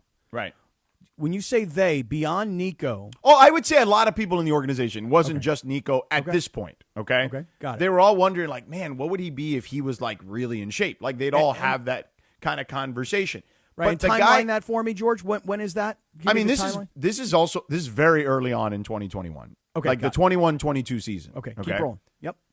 So much so that I remember a specific conversation with someone in the organization where they asked someone I know who had been in the NBA for a long time, hey, man, what do you do, when you, what do you do when your best player is not in the greatest shape, right? And, we all knew what was being discussed there. You know what I mean? And this person, they were like honest but tiptoeing a little bit because they didn't want to get involved. You know what I'm saying? Like they were like kind of like this question's kind of like out of left field. So it was just kind of weird, but hey, whatever. All right. So this dates back to 2021. These conversations are happening. Okay. Within people in the organization, so much so that they're asking other members of the NBA community and family how to handle this stuff. Okay. And Luka at that point, George, is how old is he right now? 26-ish, 27-ish? Correct. So this is 4 years ago. Okay, so he's a 23-year-old kid. Yeah. Okay, keep rolling. I'm trying to just make sure I get all the details lined up. Keep going. Yeah. So this goes back that far. Okay. And throughout time, okay, I would say that is a constant battle. All right. Okay. About like, hey, man, like, can we get you in better shape? And they're having these conversations with him, okay? And I think the straw in Nico's mind, who was, again, leading the charge on this stuff, okay?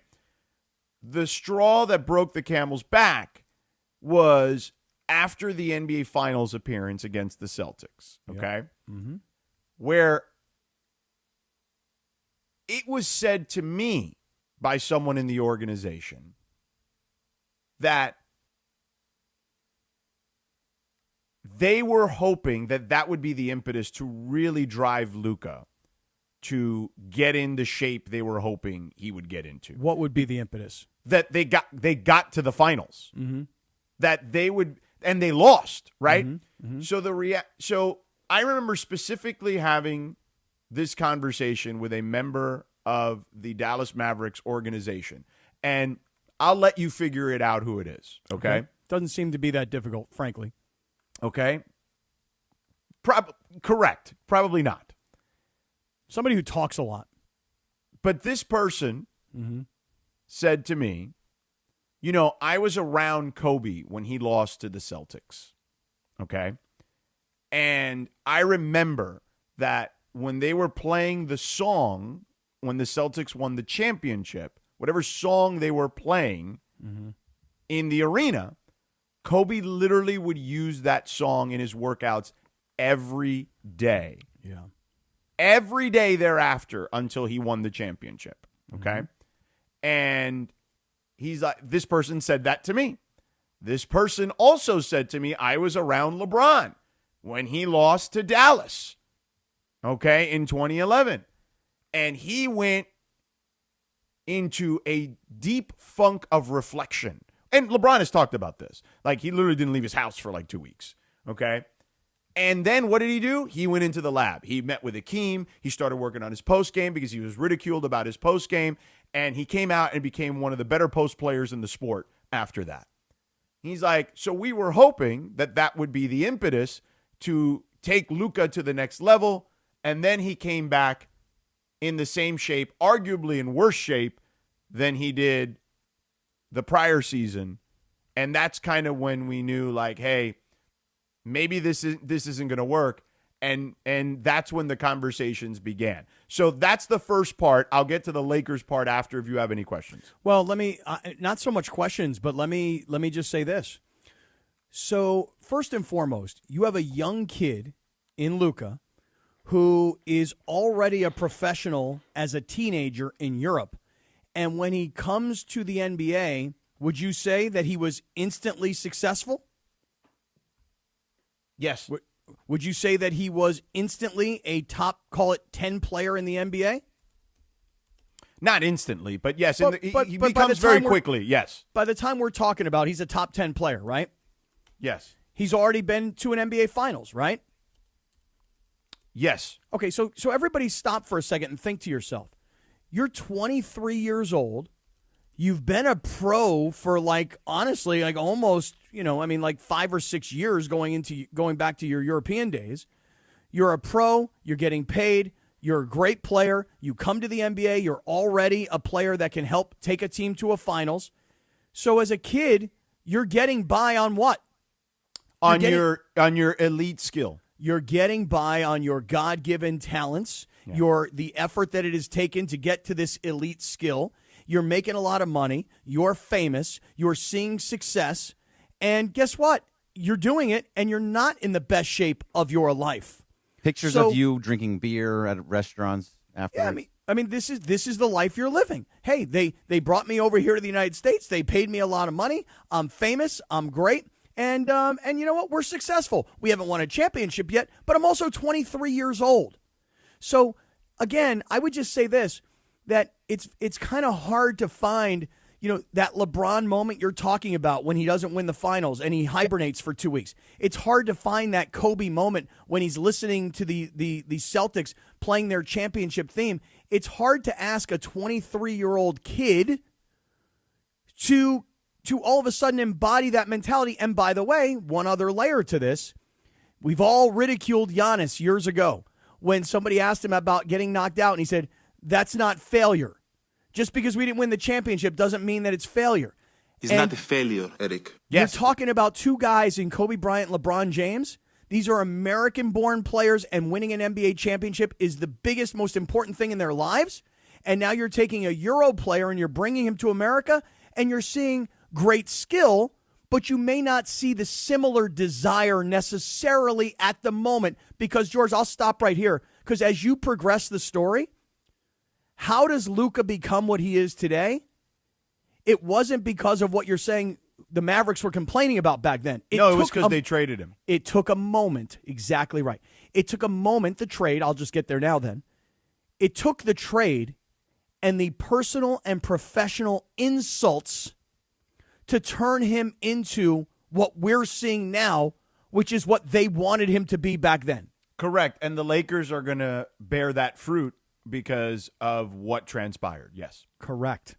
Okay, so now you get to so he's overweight still, and now you're getting ready to trade him. So now you want to get to the trade part. Yes. So who actually made it? Was it Dumont telling Nico to go do it, or was Nico like, hey, again, Nico has been the impetus to all of this, okay? He has been the driver of, hey, Luka's out of shape, Luka's out of shape, Luka's out of shape, Luka's out of shape, Luka's out of shape. And we can't get him to get in shape. Correct. It permeates the entire organization where most people agree with him, but I would say also most people are like, yeah, but we're not trading him. You know what I'm saying? Like we got to just figure it out because he's a generational talent. But he is like kind of hell-bent on it's either got to happen or then maybe we can move on. And he starts to sell Dumont because he's never going to sell Cuban on the idea. Right? Like Mark would have literally laughed him out of the room. Okay. And Mark is said as such. Okay.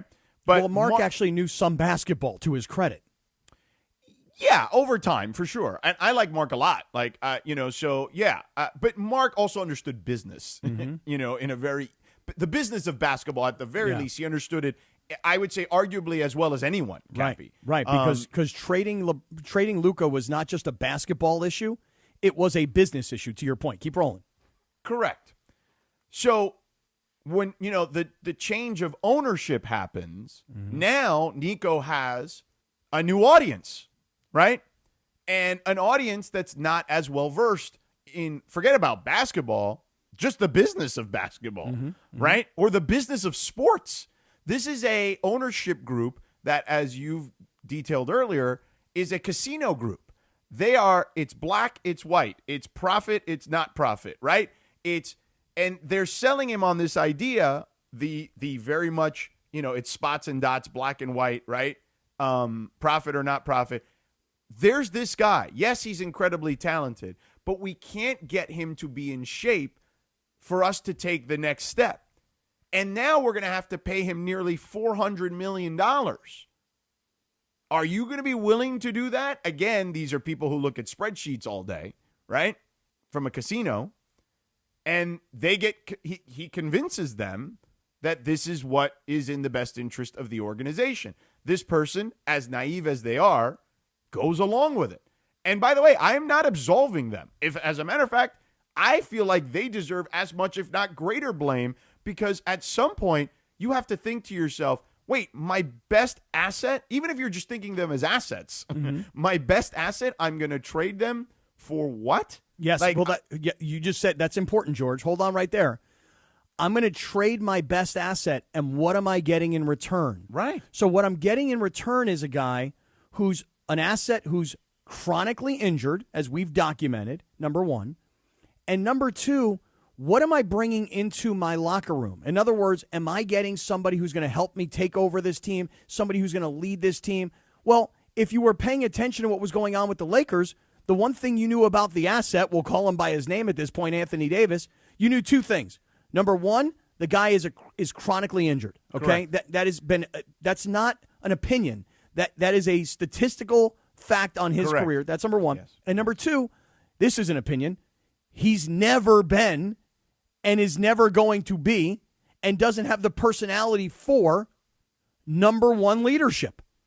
Okay, to go back to my question real fast. So you're saying that Nico Harrison was planting seeds the entire time and was just telling Yes, he was hell-bent on Luka needs to be in shape, but Cuban would never have... Of course Cuban wouldn't. So, okay, right. So all of this, because the way that I understood it was that Nico was doing what ownership wanted, but in reality, no, Nico it was the other way around. He was the one planting seeds, telling everybody this is what has to happen, and then they just greenlit off of his idea. But because they greenlit off of his idea, they didn't even let him finish out, like you mentioned at the very beginning. They didn't even let him finish out his vision, right? Which is crazy to me. No, but you know why though? Greg?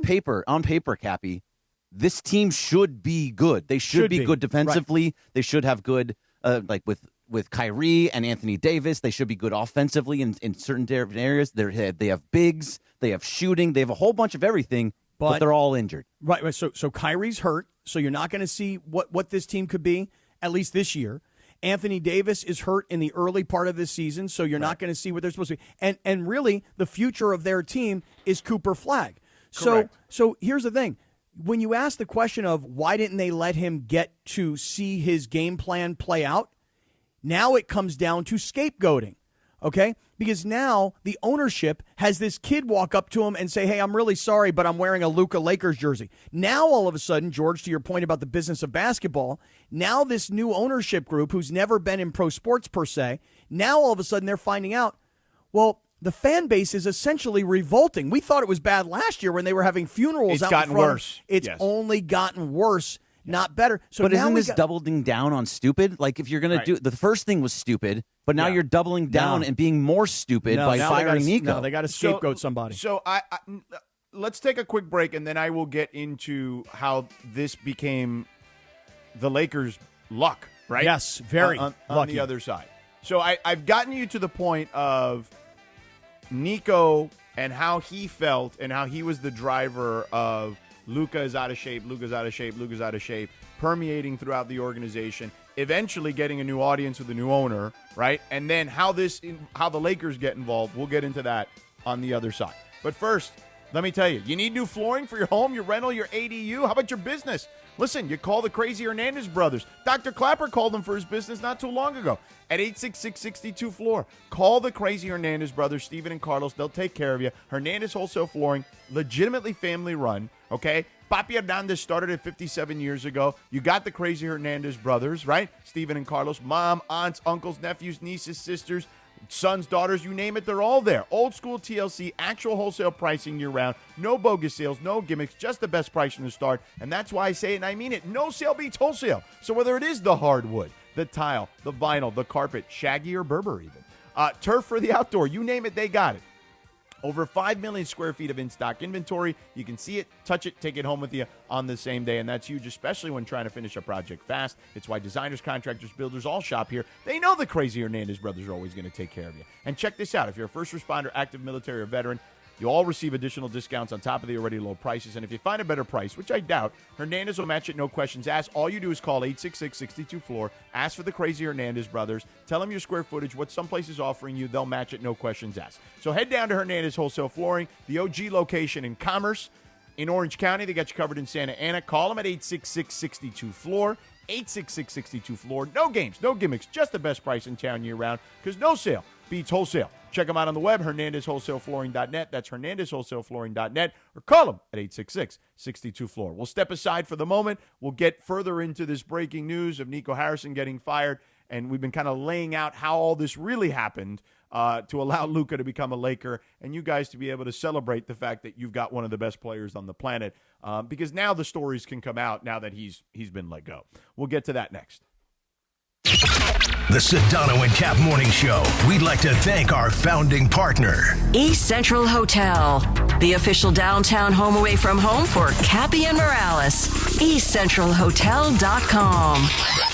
This is the Sedano and Kap Morning Show. One of LA's best kept secrets in the heart of Los Angeles. East Central Hotel offers effortless accommodations and unparalleled accessibility. The East Central Hotel is for everyone looking for entertainment with their trendy spacious rooms, a renovated gym, and a patio lounge for breakfast, dinner, and drinks. Stop by their incredible Nixo Lounge before your next event at LA Live. Book your stay at EastCentralHotel.com or call 213-748-1291 today at Entertainment's official address. Children's Hospital Los Angeles is where groundbreaking research meets unparalleled expertise. It's where exceptional care is tailored 100% to kids. And it's where every specialist, every room, every innovation revolves around one need: your child's health. Whether it's routine care or a life-saving procedure, CHLA is where families turn to when outcomes truly matter. Children's Hospital Los Angeles, 125 years of building hope and healthier futures. Go to chla.org today. Could you imagine? ESPN LA is giving you a chance to win a brand new Pedigo e-bike. Join Travis Rogers, Sue Cravens, and Chris Morales this Sunday for the Rams postgame show live from Hollywood Park Casino. While you're there, enter to win the e-bike, plus score other great prizes like signed memorabilia, tickets to an upcoming ESPN LA event. Don't miss it. Hollywood Park Casino, 3883 West Century Boulevard in Inglewood, Sunday after the game. Must be 21 or older. Hollywood Park Casino. Party and play 24/7. Hey, Dad, I gotta come clean about something. Okay. I only paid for a brand new Hyundai Tucson. Oh, you might be on the naughty list. Deal's so right, it almost feels wrong. The Hyundai Getaway Sales Event. Get 0% APR for 60 months, plus 0 payments for 90 days on all Hyundai Tucson, Tucson Hybrid, Santa Fe, or Santa Fe Hybrid models. Visit your local Hyundai dealer today. Offer ends December 1st. Call 562-314-4603 for details. Hey guys, it's Sedano. Los Angeles International Airport's People Mover trains begin rolling early next year as part of LAX's ongoing investments to transform and improve your travel journey. The People Mover trains will quickly move guests between their terminals and our new consolidated rental car center, metro trains and buses, economy parking, and Kiss and Fly lot. The trains will make it simple and fast to get to your LAX destination in 10 minutes or less, and trains depart every 2 minutes beginning in early 2026. Learn more at lawa.org/ESPN. Veteran founded and veteran focused, National University is a proud yellow ribbon school and a top educator of the U.S. military. They accept the post 9/11 GI Bill and offer dedicated support to help you balance work, family, and school. With flexible online and hybrid programs, monthly class starts, and over 150 degrees, credentials, and certificates, you can even earn credit for prior experience. Advance your career today. Visit nu.edu. With Progressive, it's easy to reach customer service with our app, website, chat, or by phone. Because when getting help is hard, it's not help at all. Little help. A little help over here. Thank you for calling Bench Press Assistance. What? Due to excessive gym volume, all available spotters are currently lifting heavy weights off the chests of other bench pressers. Seriously? Please continue to hold, and we will remove the barbell from your chest in the order in which your cry for help was received. Getting assistance should be easy. With Progressive, it is. Progressive Casualty Insurance Company and Affiliates. Out here, it's football season, where nothing beats backyard grilling, gathering around the fire pit, and cheering on your favorite team with friends. The yard is mowed, the lights are strung, and the grill is warming up. Whether you need to fill up your propane, get a new grill, or even a generator, out here, it's game day. And we're ready for it. Tractor Supply, for life out here. It's Veterans Day, and happy Veterans Day from the Sedano and Kap Morning Show. This Veterans Day, it's time to honor your service and your future with veteran-founded National University. NU is a nonprofit and one of the nation's top educators of the U.S. military. With flexible online and hybrid programs, monthly class starts, and over 150 degrees, credentials, and certificates. National University helps you keep moving forward. You can even earn credit for your experience. Plus, check out military tuition scholarships for veterans and their families at nu.edu. Happy Veterans Day from ESPN LA and the Sedano and Kap Morning Show. Oh, yeah. Come on. Sedano and Kap Morning Show. 821. Give it to me, Linz. Back in 1978, the number one hit, Donna Summer, MacArthur Park. Also, it's National Origami Day and National Sundae Day. National what day? Sunday Day. Sunday? Yeah, Sunday like ice cream Sunday. Sunday. On a Ice Tuesday? cream Sunday. Oh. Yeah, Sunday. Ice cream D-A-E. Sunday. Yeah. Not the day. Not Sunday the day on a Tuesday. It's No, a like Sunday. Like, like the ice cream. Right. But today's By the way, Tuesday. Don't just gloss over Donna Summer. Donna. Donna Summer. I mean, She back in was the day. unbelievable, yeah. Right. The 70s. I mean, Disco Queen, my girl. And there were movies about the discos back in the day. I mean, Donna Summer she was happening. She was at the top of the charts back then. Oh, here, come on, bring it home, girl. Here it comes. Yeah. Shame of it all is, I'm the old guy now, and I can remember these songs. I can remember these movies from the late 70s. There's a really good documentary about her called Love to Love You. It was either Showtime or HBO who did it, and it's very, very well done. It's pretty new. I don't think of the name of the movie, though. I'm telling you, I'm a kid. It's the late 70s, and this song is I think is a big part of it. I'll figure. Was it Disco Queen? I don't know. Somebody who knows the Donna Summer movie? Anybody? Somebody hit me up in the YouTube chat. Thank God it's Friday. No, I just googled Donna Summer movie. Maybe. Anyway. Friday. Yeah. Thank God it's Friday. Yeah, I think that's it. But Thank it's God Sunday Friday. day. Oh, that's true. It is. Shout out to you, Donna Summer. She's still alive? I think so. Did you just kill her? I hope I didn't kill her. I'm Oh, asking. no. It was a question. It was a question. It wasn't. She died on May 17th, Yeah. 2012. Oh, Yeah, a wow. long time ago, Cap. Hey, rest in peace. We lost her back in We lost her back- 2012. Yeah. All right, George, pick up this story. Okay, because so this is a great story. Nico Harrison let go this morning. We were talking earlier. We were talking. I'm sorry, I'm laughing because Bill Simmons actually had a really funny tweet. What did he say? He said Pelinka should probably wait a few hours before sending Nico the "Sorry, dude, this sucks" text. Rob Pelinka W.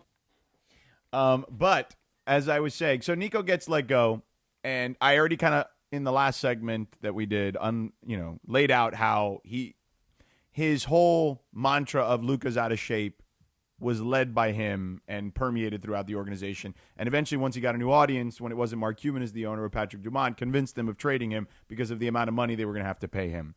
And they felt he would, quote unquote, break down. Okay. That was kind of the way it was looked at. Okay.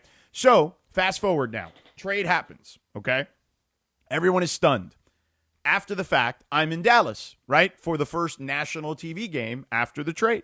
Mm-hmm. And I'm talking to a lot of people, okay, during this. I get there super early that day. And I'm like, we're going to talk to a lot of people, okay? We're going to talk to a bunch of people in the organization. And we set that up, and we're talking to fans. We're talking to everybody, okay? So in those conversations, I asked the people of the organization, okay? I said, why did this happen when it happened? And the story that was relayed to us was the story I gave you about the finals. And, this notion that, when Kobe lost, this is how he reacted. And LeBron lost, this is how he reacted. And when Luka lost, it was just like, whatever. Like, that was the way they phrased it, okay? Mm-hmm. So that was the first question. The second question was about dealing with the Lakers, because the obviously the story Shams had was this was one-on-one, this was dealing with the Lakers. The Athletic then came out with a story the next day that said that they had talked to other teams. I asked Nico straight up, did you deal with other teams? There's this report out there. He said, no, we just dealt with the Lakers. Mm-hmm. Okay. And by the way, he probably should have told me, no, I did deal with other teams, because it probably would have suited him better in that scenario. Mm-hmm. All right. So then the follow-up question to the people of the organization who were sitting there was, well, the biggest criticism is the haul that you got, right? Or the lack of a haul that you got, because rightfully so, if you trade a generational star, you get everything.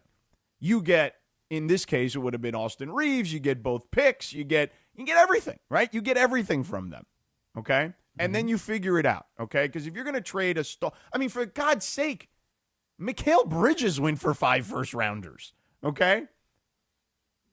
And the response we got, which, listen, good for Rob, man, was, well, because we wanted to keep this under wraps, and the Lakers could not talk to him about whether he would sign an extension or not, they weren't willing to commit to more than just the one first rounder in Anthony Davis. And honestly, I don't know how I didn't bust out laughing in that scenario, because I was like, in my head, I'm thinking to myself, what? Like, why would you care what their response is? Like, in any negotiation, if you know you have the goods, like if you have the asset everybody wants, like, why would you tell them, well, that's tough. That's your problem. You know what I'm saying? Like, that's what, I mean, Cappy, would you not have done that? Yeah, but I'm trying to, I think there's one other little small piece of information here, and you'll have to check me on this. Explain the relationship. Well, they go back, right? The relationship between Nico and Rob goes way back because Nico was Kobe's guy at Nike. Nico Harrison was a Nike executive for a long time, and Nico was Kobe's guy. Right. So him and Rob knew each other very well for many years. What about Nico and Anthony Davis? Nico also, he's known Anthony Davis since he was in high school because of Nike. Okay. And, you know, Anthony Davis was a Nike kid in Chicago and then eventually at Kentucky. And so on and so forth. So, right, all those relationships stemmed from the business relationship at Nike. So here's what I want to say. So when Nico, just put yourself in his shoes for a minute, okay? You should do the role-playing thing to make it easier. Okay, I'm going to be Nico. I'm going to be Nico right now, which is this. I think I've got a really great player in Luka Doncic. This kid, though, refuses to get himself into the type of physical condition it takes to win an NBA championship. I'm Nico. I've been around the NBA. I've been around it a long time. I've been around the biggest stars of the game, and I know what those guys are made of. I know what is in Kobe's heart. I know what's in LeBron's heart. And guess what? I don't see that in Luka's heart. So for me, guts, grit. I don't see those guts and that grit in Luka. I think he's a great talent, but I don't think he's a Euro player. And I don't mean to knock it. I'm trying to make a point that when I heard Giannis say it's not a failure, Giannis looks at not winning a championship as it's not a failure. LeBron or Kobe, to use these examples, they looked at it as this is a massive failure. I will say this. You know, we are also now taking Giannis's comments a little bit out of context, because it's a good soundbite. But what Giannis was basically saying that day was, it's not a failure because only one team wins the championship. We've already won one, and this season didn't go our way. That's really the real context of that quote. But I think what I'm trying to get at is that I'm trying to put myself in Nico's mindset. And in Nico's mindset, he doesn't think that Luka, frankly, I'll just be blunt about it, he doesn't think Luka cares as much as these other guys using Kobe and LeBron. He doesn't think he's a dog. Right. So correct. Now, he doesn't think that. Right. Yes, I would agree with that. Right. But I don't want to invoke the Euro thing. I don't think that has anything to do with anything. But it's just an opinion. So it's my opinion. I'll hold on to it. It's mine. Okay. Yeah. So here's the thing. So now you can't get the kid to get into the kind of shape that he can get in, that he needs to be in. You actually are willing to go out and tell people that. Okay. So now it's becoming a little bit publicly embarrassing. And moreover, you are willing to take on Anthony Davis, and you know about his injury history, and you know that he's not been considered a leader, okay? And you're willing to take on Anthony Davis, but go back, George, because why? Because there's a long-term relationship. So Nico, in some way, feels like, I know what I'm going to get out of Anthony Davis, and I know what I cannot get out of Luka. And he trusted that that he also had a relationship with Kyrie, right? So I think that he trusted his relationships. Unfortunately for him, Kyrie tore up his knee. And by the way, Kyrie also had an injury history, but Kyrie was playing amazing basketball prior to that injury. So, but what happens now, though, because you started all of this with the trade.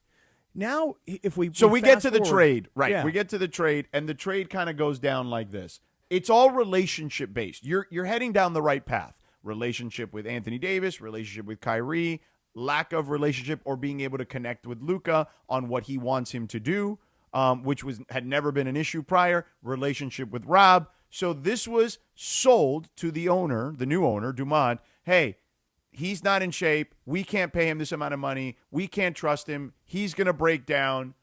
I can figure this out because I've got all these relationships. Let's deal with the Lakers because I've got this relationship. This one player, if we get Anthony Davis, defense wins championships. I can get us to a championship with a healthy Kyrie and Anthony Davis. We can win the title. That's what he convinces him of. And with no thought to the business aspect of it, the thought of, and it showed his novice GM skills, although he had done a good job building that roster that got them to the finals, but it showed his novice GM skills, almost this bravado of, I don't need all these picks, right? Because again, I just told you Mikal Bridges went for 5 first-rounders, okay?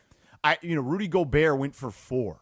So you should have, but they didn't want to open up the floodgates because they didn't want the publicity of, they're going to trade Luka, and what would that do to the team? Which, by the way, also a miscalculation because it didn't help the team moving forward anyway, right. Even though you did it quietly behind closed doors and didn't get anything for Luka in return to what his value should have been. But think about the sell. Real quick, think about the sell.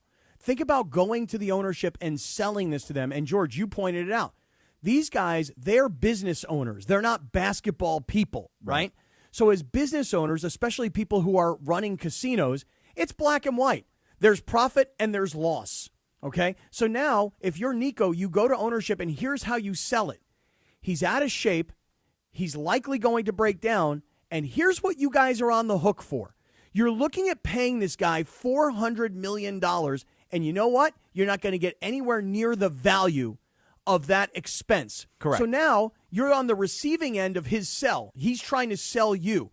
And you're thinking to yourself, do I want to spend $400 million for a guy that doesn't seem committed, can't get himself into world-class shape, doesn't seem to have the kind of desire it takes? If he did, he would get himself into that kind of shape. And do I want to take the risk of paying a guy to sit on the bench? If I'm thinking about it from their perspective, it's almost an easy sell. Because they don't know enough about basketball. If you're naive, right? Yes, right. You're not a novice at this. Yes. Okay. If you're them, so you're thinking, I'm not going to get these picks, so I'm going to take, because the Lakers picks were what, 2029, 2031. Right. They were later on down the line. You're trying to win this right now with Kyrie, with Anthony Davis in their early 30s. Right. So all of it makes sense in that, because if you look at their roster, no, it makes no sense. It's really dumb. Actually, no, it's dumb to move them, but obviously you want more picks. No. Even it's dumb to only take the one pick. So I straight up asked, the question to these people. I said about the haul, and I said, do you think it's fair criticism? And they responded with, yes, we understand the criticism was fair, but again, because they couldn't talk to him, because, quote, Rob told us that because we couldn't talk to him, or they couldn't talk to him, that they couldn't give us more than the first round pick. And I would say collective, and Rob should be sinister laughing the whole way to the bank on this. Which I would, honestly, if I was Pelinka in that scenario, and I love Pelinka, man. Pelinka, to his credit, has really done a good job. Okay, and it wasn't Especially always. this year It so didn't far. always feel like this was the case, right? Mm-hmm. But he has done a good job. And if I'm Pelinka, there's no way I'm not on my cell phone at that point, right? And going, okay, hold on, Nico. Oh my God, Genie, he's gonna trade us Luka, and we only have to give the one first rounder up in Anthony Davis. We don't even have to give up Austin Reeves, because I've told him we can't, because we can't talk to him about an extension. Right, and but Genie's what probably about Max like, Christie? Are you serious? Okay. And No, Max yeah. Christie. All Yeah. right. How about this? I'll throw in Max Christie. Right, for here, you How want about Max that? Christie? Max Yeah. Christie's bound to grow up and be able to grow a mustache. We'll give you Max Christie. How about that? So there's no way that they're not sitting there going, how is this happening? We need to absolutely tell them we're in, and this is what we're doing. Whereas Nico showed, for lack of a better phrase, his tuchus, okay, because he didn't know how to negotiate in this scenario. And Rob absolutely took him to school. Right. But the guy who should be getting blamed, the guy who should be getting blamed is the guy who's doing the firing, not the guy who's being fired. Meaning, no, I agree. The owner of the Mavs, it's where we started this conversation. He absolutely needs to come to the podium or a lectern or whatever and say, you know what, we let go of Nico, but I am to blame here. I screwed this up. Because here's the miscalculation. And again, this is new ownership who they are Vegas people who are now coming to Dallas. The miscalculation, George, was the lack of understanding that the fan base Oh my would God, right. revolt. Right. And not they only, continue to. Right, Yes. That's the point. Not only would the fan base revolt in the immediate aftermath of the trade, the fans have revolted by something you said earlier, which is the lack of attendance, the lack of season ticket sales, the lack of merch sales, the fact that this young kid is wearing a Luka Lakers jersey when he walks up to apologize to the owner. The ownership missed the fact that the fan base would revolt and that would affect the bottom line. Let me tell you something. If you're a Laker fan, you should pray every day that Nico Harrison was silly enough to trade Luka Doncic to the Lakers for one first-rounder, Anthony Davis, and Max Christie, okay? No disrespect to any of them. That is not anywhere in the stratosphere of what it should have cost to get you Luka Doncic. And you should thank if and when the Lakers hoist another championship banner, they should send Nico a ring. Hell yeah. Let me tell you something.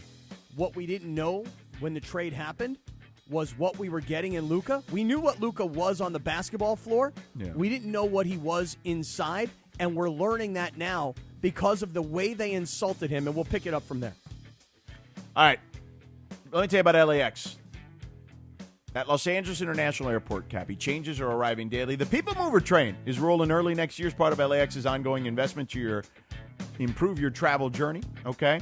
The People Mover trains will quickly move guests between the terminals, the new consolidated rental car center, metro trains, and buses, so you don't even need a car to get to LAX. But if you do, it also will connect to the economy parking and Cappy's favorite, the Kiss and Fly lot. The trains will make it simple and fast to get to your LAX destination in 10 minutes or less. They depart every 2 minutes beginning in early 2026. To learn more, go to this website, lawa.org/ESPN. That's lawa.org/ESPN.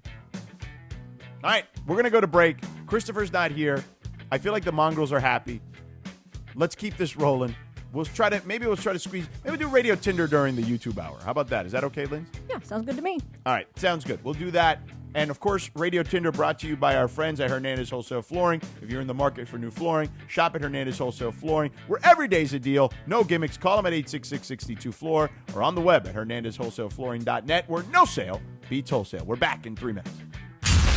The Sedano and Kap Morning Show. We'd like to thank our founding partner, Providence. Providence, caring with compassion in Southern California. This is the Sedano and Kap Morning Show.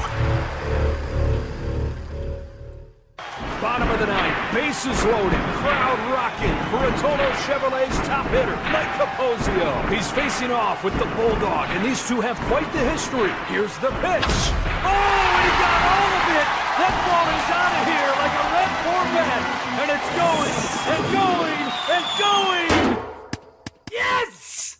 Dad, are you having that dream again? Come see what the fun is all about at Rotolo Chevrolet.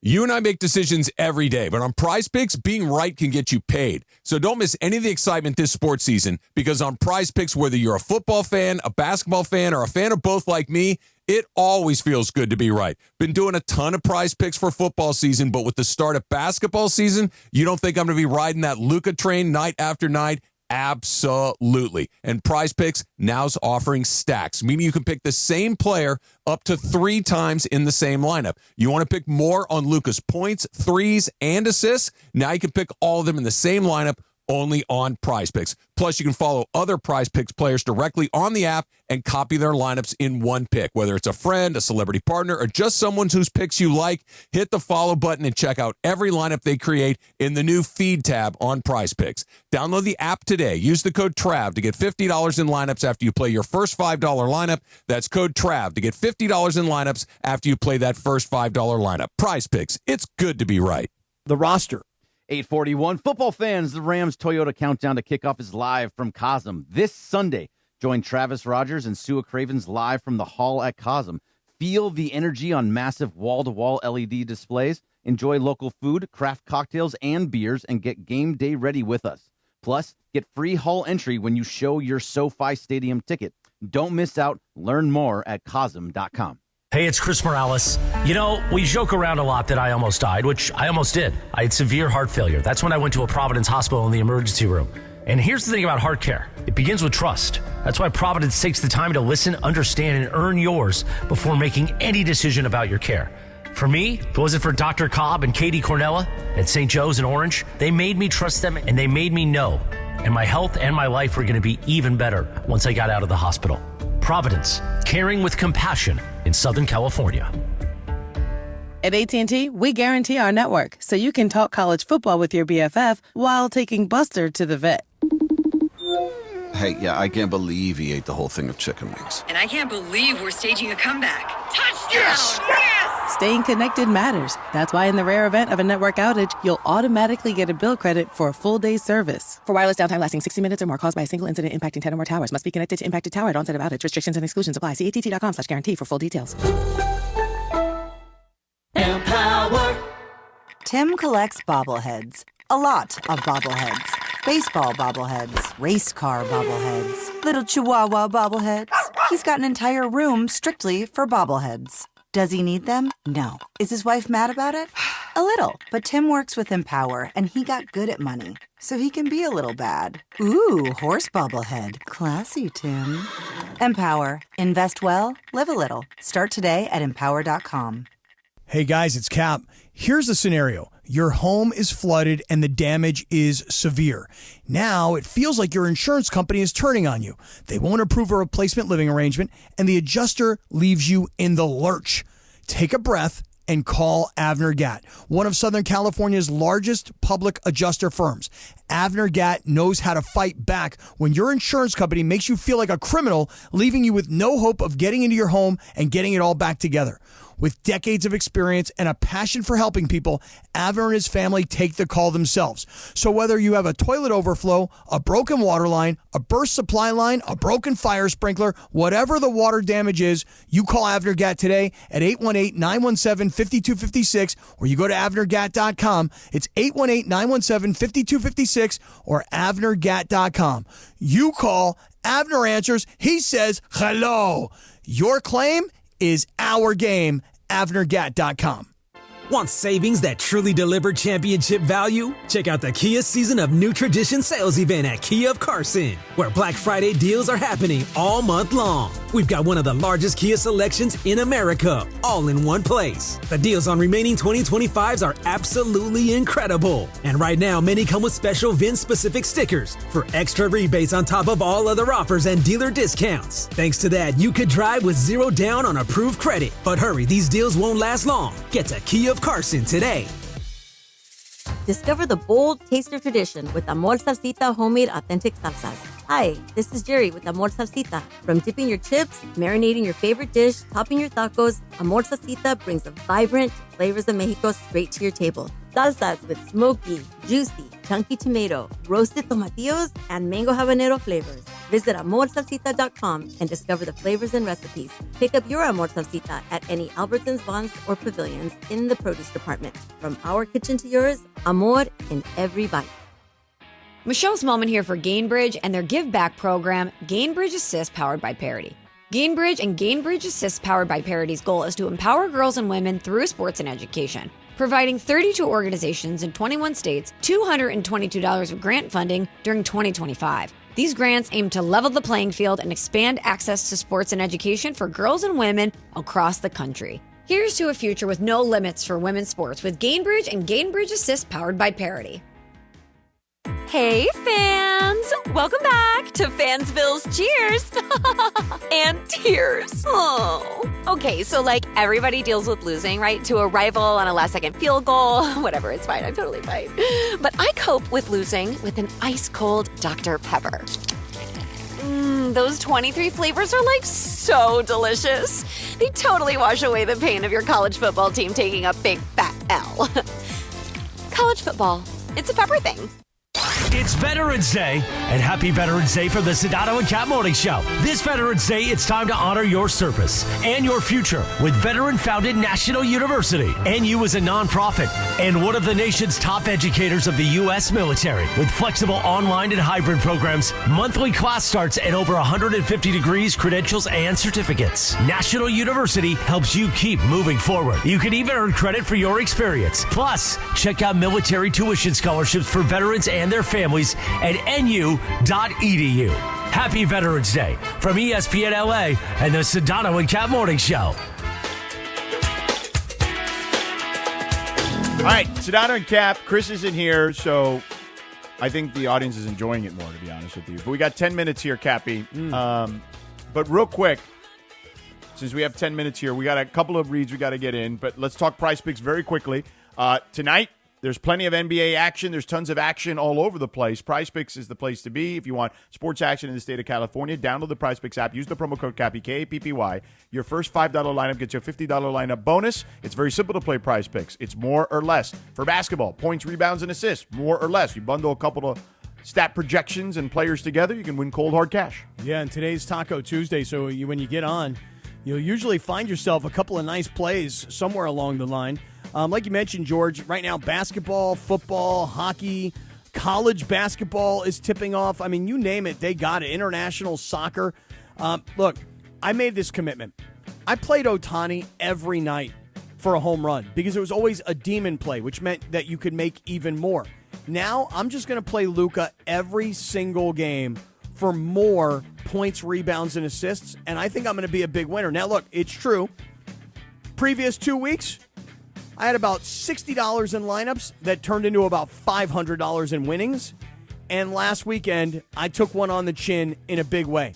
In particular, that Chargers-Steelers game, forget it, man. I lost it all. Go. Yeah, here we go. So listen, I got to get back on the winning track, and here's what I want everybody to do.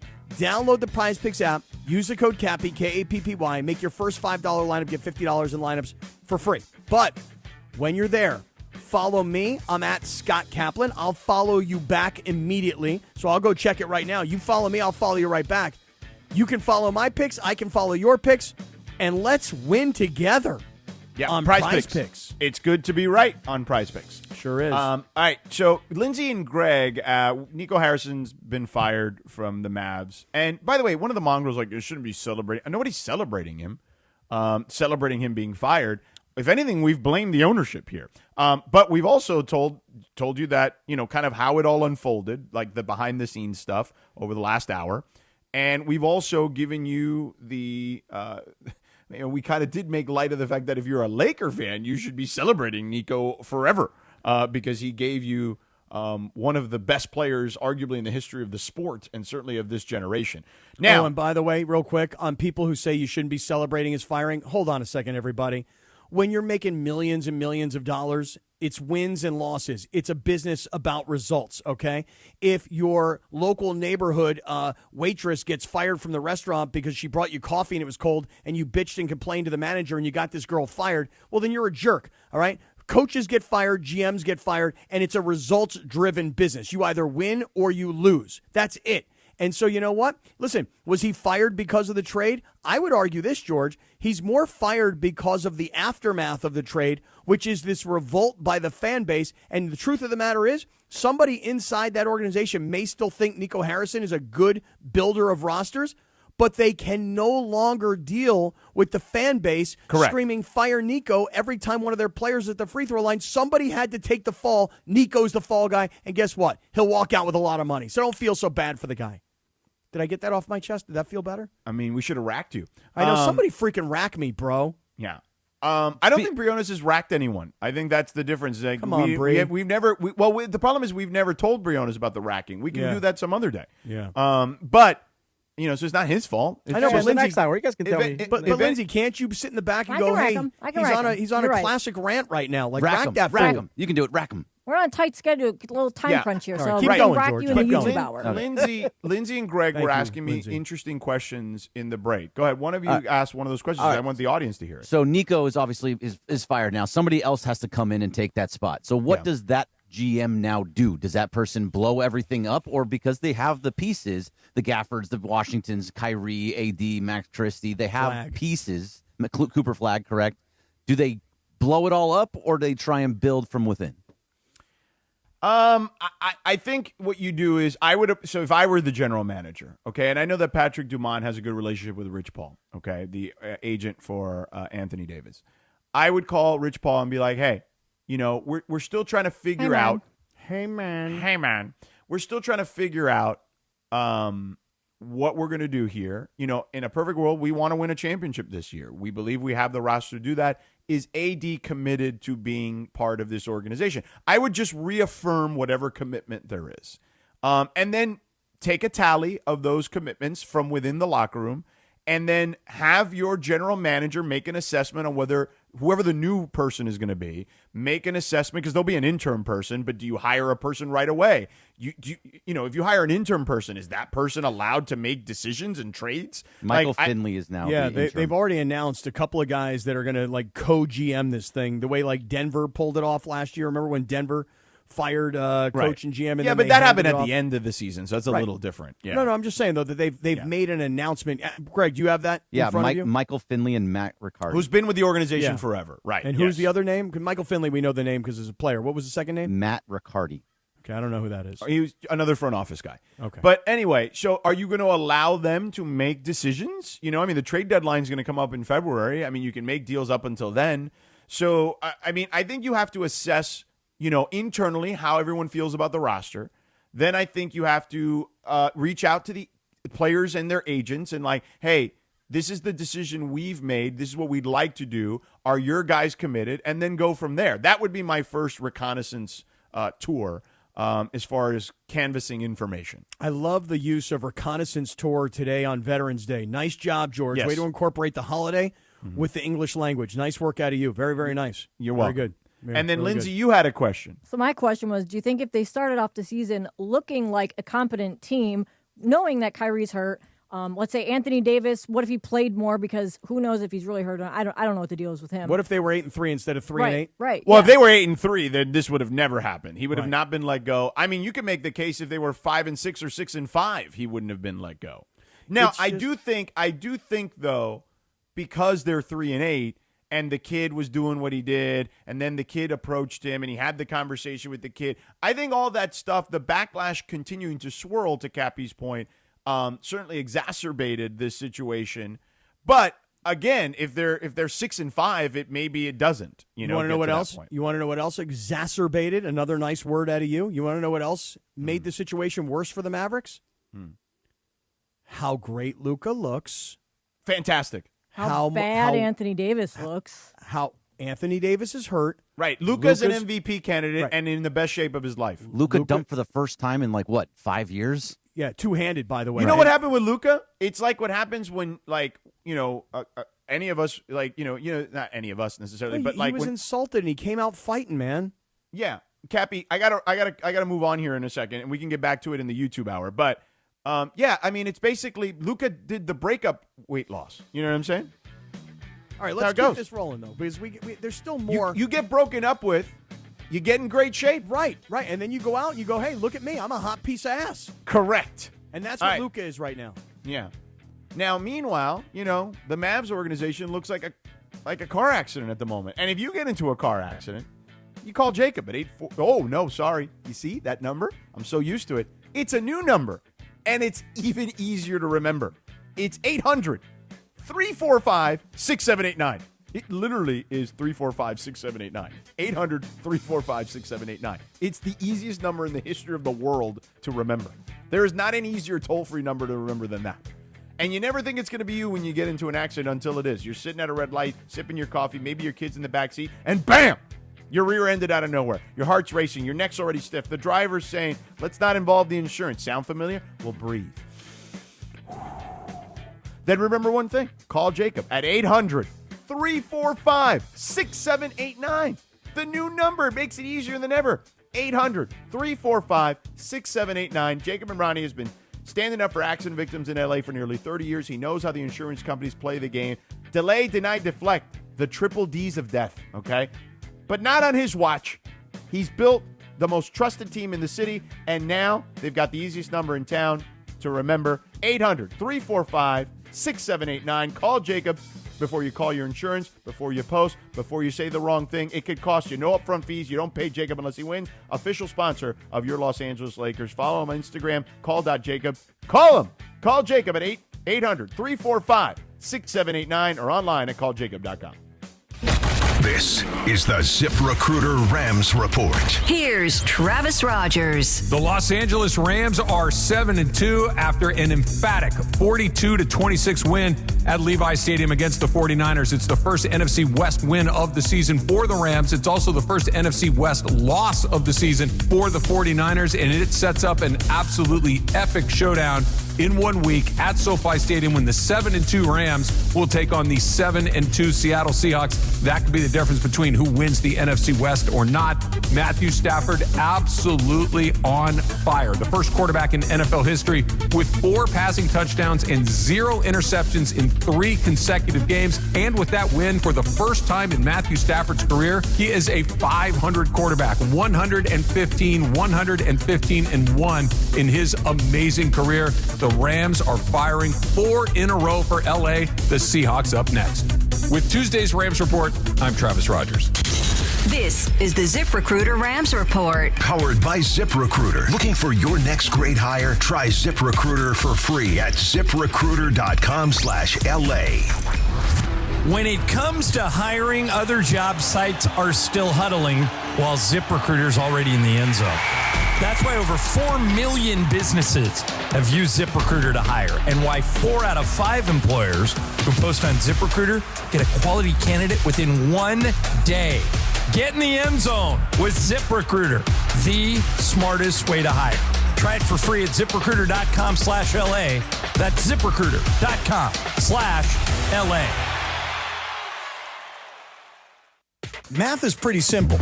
Low prices plus big trade value equals huge savings for you at Ocean Subaru of Fullerton.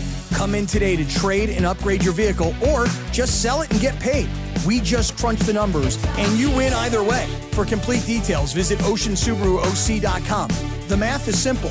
More for your trade and less for your next ride at Ocean Subaru. It's all here at Ocean Subaru. Think Verizon, the best 5G network, is expensive? Think again. Bring in your AT&T or T-Mobile bill to a Verizon store today, and we'll give you a better deal. Now, what to do with your unwanted bills? Ever seen an origami version of the Hollywood sign? Jokes aside, Verizon has the most ways to save on phones and plans where everyone in the family can choose their own plan and save.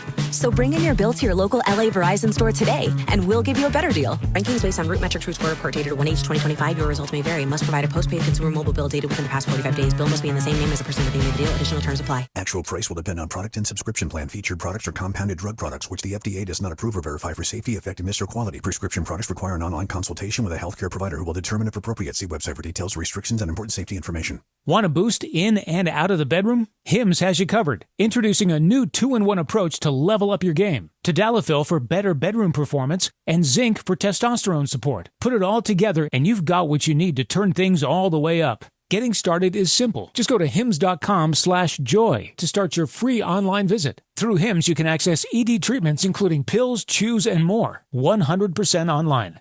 No office visits, no pharmacy lines. Just fill out a simple intake form and a licensed medical provider will determine if treatment's right for you. If prescribed, it ships free and discreetly to your door. Find affordable treatment options at up to 95% less than brand names at hims.com/joy. That's hims.com/joy, HIMS.com/JOY. 710 ESPN, your home for the 17-time world champion Lakers. KSPN Los Angeles, a good karma brands radio station.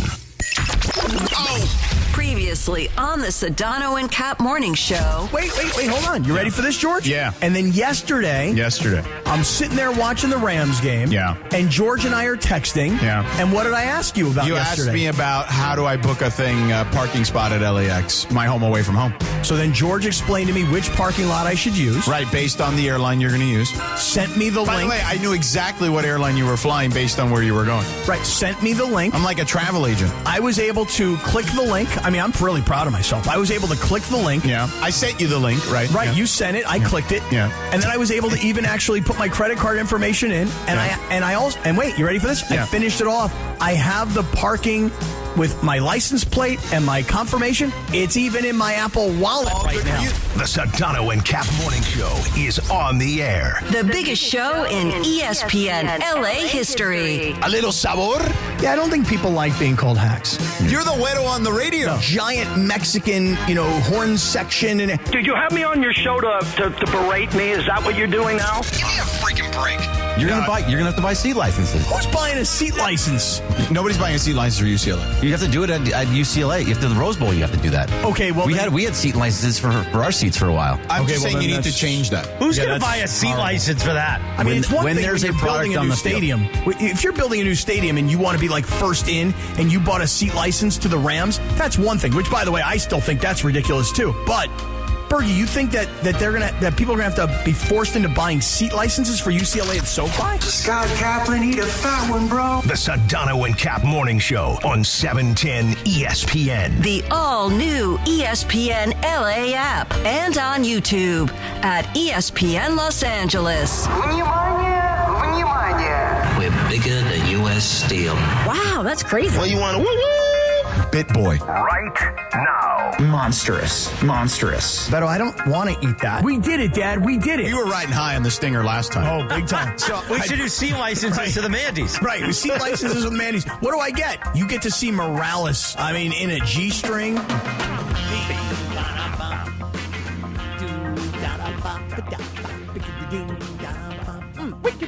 Boom. 9:02 here on the Sedano and Kap Morning Show. Welcome, mongrels, to the YouTube hour. By the way, Chris called it. We've literally had so many. I know. I've had a bunch of tweets of you guys are on fire today. Yeah. Royce Tony says, what a great show this morning. I can actually enjoy the banner between you guys. Wonder what's missing. What was that?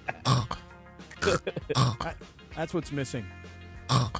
Now tomorrow, he'll come back. Oh my God, fire. with rage and fury and fire. God. He will come back on fire tomorrow going, that's right, mongrels. You said the show was better without me? Well, guess what? I run this place. I'll do whatever the hell I want. I'll be on the air as much as I want to. Take that. I don't know about that. You tell him about it. You tell him. It's a good job. Hey, happy Veterans Day, though. That's where Morales is. Morales is out playing golf today with the folks from Felix Chevrolet, from my man Omar from Ocean Subaru. He himself is a veteran, 20-plus years in the U.S. Army. Shout out to everybody who has served. Shout out to all the families of folks who have served. I know for me, my dad, my grandfather, I feel a lot of pride on Veterans Day that they were tough enough to do it and man enough to do it, and I'm not. And they spawned generations later of, hey, we did it, you don't have to do it. But you guys who do, men and women, you guys are amazing. We appreciate you. We do. It's an eminence front. It's an eminence front. Oh, man. What a morning. You know what the thing is, though, about this morning, George? So, obviously, for those of you guys that are just getting with us, we've been talking about Nico Harrison being fired by the Dallas Mavericks. We've advanced the story from the day that the trade happened to where we are right now in his firing. But in the end, this is my opinion, in the end, the Dallas Mavericks are dealing with a firestorm from their fan base that they underestimated. They knew that there probably would be look, you got to be angry as a fan base. Wait, you're trading a guy who just last year led us to an NBA Finals? Are you kidding me? He's young. He's a star. He's a top 5 player in the league. He's a top 5 player on the planet. And you're going to trade this guy for Anthony Davis, who's a good player when he's healthy, but that's always the biggest concern. And we're also pissed because that's all you got for him. But in the end, as we get to Nico Harrison's firing today, Nico Harrison becomes the organizational scapegoat because the fan revolt in Dallas has extended beyond the day of the trade. It has extended well into this season. So forget about whether or not the Mavericks are good or bad, what their record is, who's healthy and who's hurt. Forget about all that. Mm-hmm. As ownership, what can you do to get back into the good graces of your fan base? And the only thing really that you have left at your disposal, fire the guy that everybody blames. But he is your cover, Nico Harrison. So for the longest time, people could just blame him and shoot arrows at him. Now that he's gone, they're going to look at ownership next. Now, there's nothing they can do about that. But ownership is banking, George, on, well, people will come back, they'll buy tickets, they'll buy merch, they'll move on from all of this because we finally got rid of the guy who made the trade. But I don't think that will be the case. I think fans will continue to be angry at the organization for how dare you trade that guy because of the way Luka looks and because of the way Luka is playing right now. And by the way, there's been plenty of chatter out of Dallas about Mavs players this season preferring to play on the road than home games due to the atmosphere related to Nico. And that it wasn't about they're not like passing, this on to the fans. Like they understand the fans' reaction, but it's just one of those like, yeah, it's just tough to play at home because there's just like this weird energy in the building. So does that energy get better now because there's the fire Nico chants are gone now because he's fired? So what do they just enjoy? I don't know. I mean, if you're at 3-8, what happens? So here's what happens, Greg, is if they keep losing, it goes from this passion, but now there's no one else to blame other than the owner. And then what you can't fire the owner, as no, but that's John what I said. Ireland Nico was to the say. cover. He was the cover for these guys. Right. But then what happens is the next step in this is that you become like kind of indignant about it. You know what I mean? Like it's just like, you become indifferent. And that's actually the worst place to be for an organization if your fan base becomes indifferent. Right. When you have an apathetic fan base and they no longer care. I mean, George, you mentioned it earlier. I don't have any data on this. You probably do.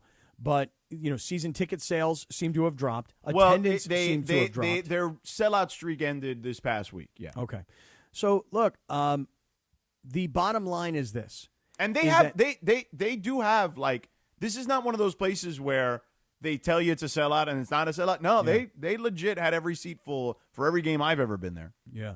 And the thing is that when you're Luka, let's bring it all home here. You're Luka. You're shocked to be traded because you're still a young guy and you're still very successful. Why would they trade me? Then you find out not only did they trade you, they called you fat. They said that you didn't have any work ethic.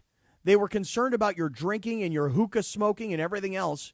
So they really, instead of complimenting you on the way out the door, hey, look, he's a great player. We love him. We think we need more defense, etc. Like they could have made this all about basketball. But the truth is, they really did turn it personal. It wasn't just, hey, he's not in the kind of shape it requires to win an NBA championship. It was, he's a fat ass. And by the way, not only is he fat, the reason he's fat is because he doesn't want to work. And we can't have that. That guy can't play for us because he doesn't put in the work. Well, guess what? I don't know that we knew this about Luka. I know I certainly did not. It woke something up in him, which is great because when you get insulted, you should come back and want revenge. So it woke up something in him that said, you know what? Oh, I'm going to stick it to him. I'm going to get in great shape. I'm going to have the best season of my career. I'm going to lead my new team. Thanks for sending me to L.A. I'm going to make a ton more money in endorsements and outside deals. I'm going to become a much bigger star than I was in Dallas. So thanks, everybody. You let me out. Oh, they did him a favor. Oh, they did it. They did the Lakers a favor. They did Luka a favor. I mean, they did everybody a favor except themselves, clearly. Right. And not Anthony Davis, that poor guy. Yeah. Well, they did. Honestly, George, they did the NBA a favor. Like, seriously. I don't think there's any question they did the NBA a favor. Yeah. And so I just get to the end of this story. This has been going on now for an hour and a half. I get to the end of all of this, and all I think about is, if I'm Luka, yeah, I may not necessarily dance on their grave today because it might be perceived as classless, and I'm sure he still has a lot of love for the Dallas community. But if I'm Luka, I'm not even done. I'm not done sticking it to you guys yet. Oh, the only way I'm going to really more? Oh, yeah. You know what it is? It's winning a championship in a Laker uniform. Yeah. It's well, that'll be the next time it drives a stake in the heart of the Dallas fans. Yeah. I mean, listen, and let's not get it twisted. Homeboy. You could see it whenever Luka would talk about the trade last year. It really affected him in a way that I'd never seen from him. It was still weird. Like the whole thing was. I mean, the guy cried when he went back to Dallas. Mm-hmm. I mean, he pulled a Freddie Freeman.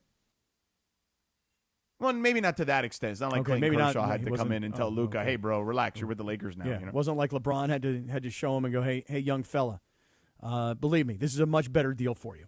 Yeah. I think Freddie found that out, Speaking too. of better deals, Mhm. JF at 699 in the Mongrel chat. Okay. Says What's the his guys who went golfing with Morales are probably sick of him already.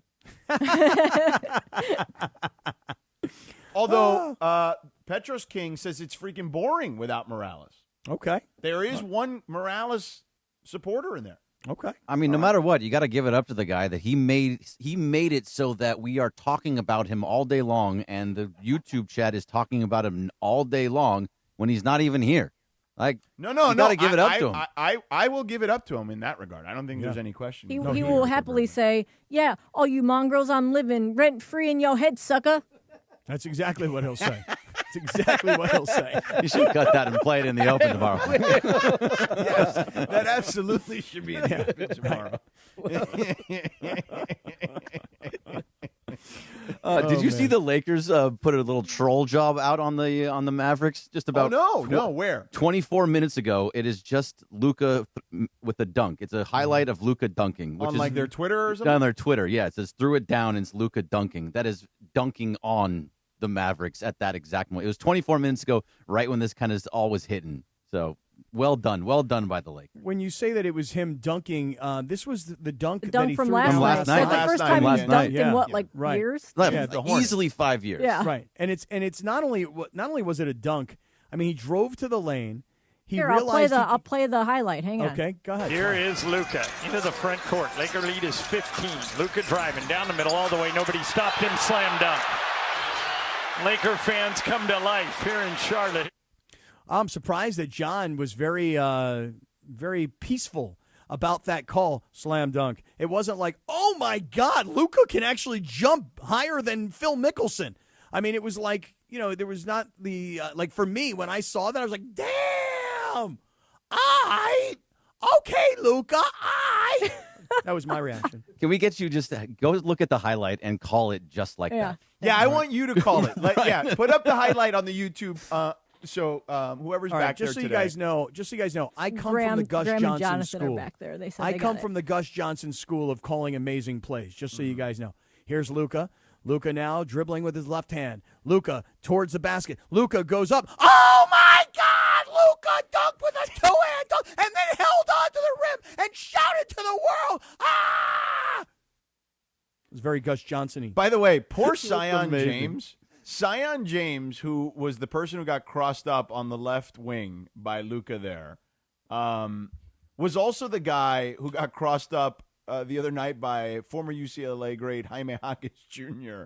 In a thing that went super viral, too. That's twice in a week he's gotten crossed up. That's a rough week for the Rook there in Charlotte. It was last night's game, just as a side note, because I know a lot of people were probably also watching Philadelphia and Green Bay, but the Laker game ended early enough that you still had the whole second half of the Monday Night Football game. Some people thought it was like the most boring game they've ever seen. Yeah. And I didn't really feel that way. Like, I know sometimes when you're watching a pitcher's duel and it's 0-0 or 1-1 and it goes into the ninth inning, you're like, wow, this has been a really well-pitched game. Doesn't mean it was necessarily boring, although I prefer a lot of hitting and home runs. But last night's NFL game was it kind of made you sit on the edge of your seat. Like, is somebody about to score, and how close is this game going to ultimately be? I don't know about that. I don't know either, Merrill. But watching the Lakers last night, you talk about a terrible start to a game. These guys came out, and the Lakers were on fire from the field. They were shooting like 65%. The only problem was Charlotte was shooting like 70%. And I want to say at the end of the first quarter, the Lakers had given up 40 points. That's right. It was 40-36 at the end of the first quarter. Thank goodness, whatever adjustments they made at halftime, which we all know how oftentimes the Lakers come out and they play terrible in the third quarter, whatever defensive adjustments they made, it turned into more than doubling Charlotte's score in the third quarter, 31-15, because they had some guys come out. I mean, Miles Bridges, George, that guy, especially early in the game, that brother could miss. Mm-hmm. He could not miss. Yeah. So the third period has not really, or third quarter, sorry. The third quarter has actually been a lot better this year. It started off, what game was it? I don't know if you remember, that JJ freaked out and said our third quarter I think it was the play. third or fourth game. Yeah, it was really early on. It was really early on. And since then, they've been coming out on fire in the third quarters. It was the third quarter to start early. Right, yes. Very good. Very good. Nothing. And now here's the next piece of news. Since we've decided to kind of dive all in thanks to this Nico Harrison breaking news story earlier today. The next piece of news is the reports that LeBron is now starting to ramp things up and practicing with the South Bay Lakers. So if LeBron is now starting to do some more, intense ramp up, physical ramp up, body dudes and play against other guys, now it's not LeBron one-on-one with a trainer. Now it's LeBron against other real younger professional basketball players. Yeah. And so it shouldn't be long before LeBron gets back. And then that opens up a whole other can of questions. Some people are like, well, LeBron will come back and he'll disrupt the flow because look at how these guys play. Look at the chemistry that they've built. And then other guys are like, no, you don't get it. When LeBron comes back, there's a whole nother level of where the Lakers might be able to go. Which one do you think it is, Cappy?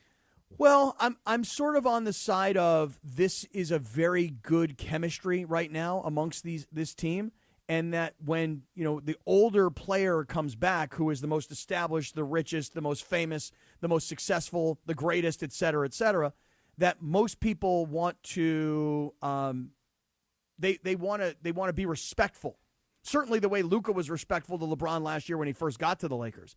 So I am concerned about the team's chemistry. Like Luka, holding back? Like Luka being reverential as if to say, hey, it's still your team. But it's not. I don't know. It's not his team. Maybe this is exactly what they needed.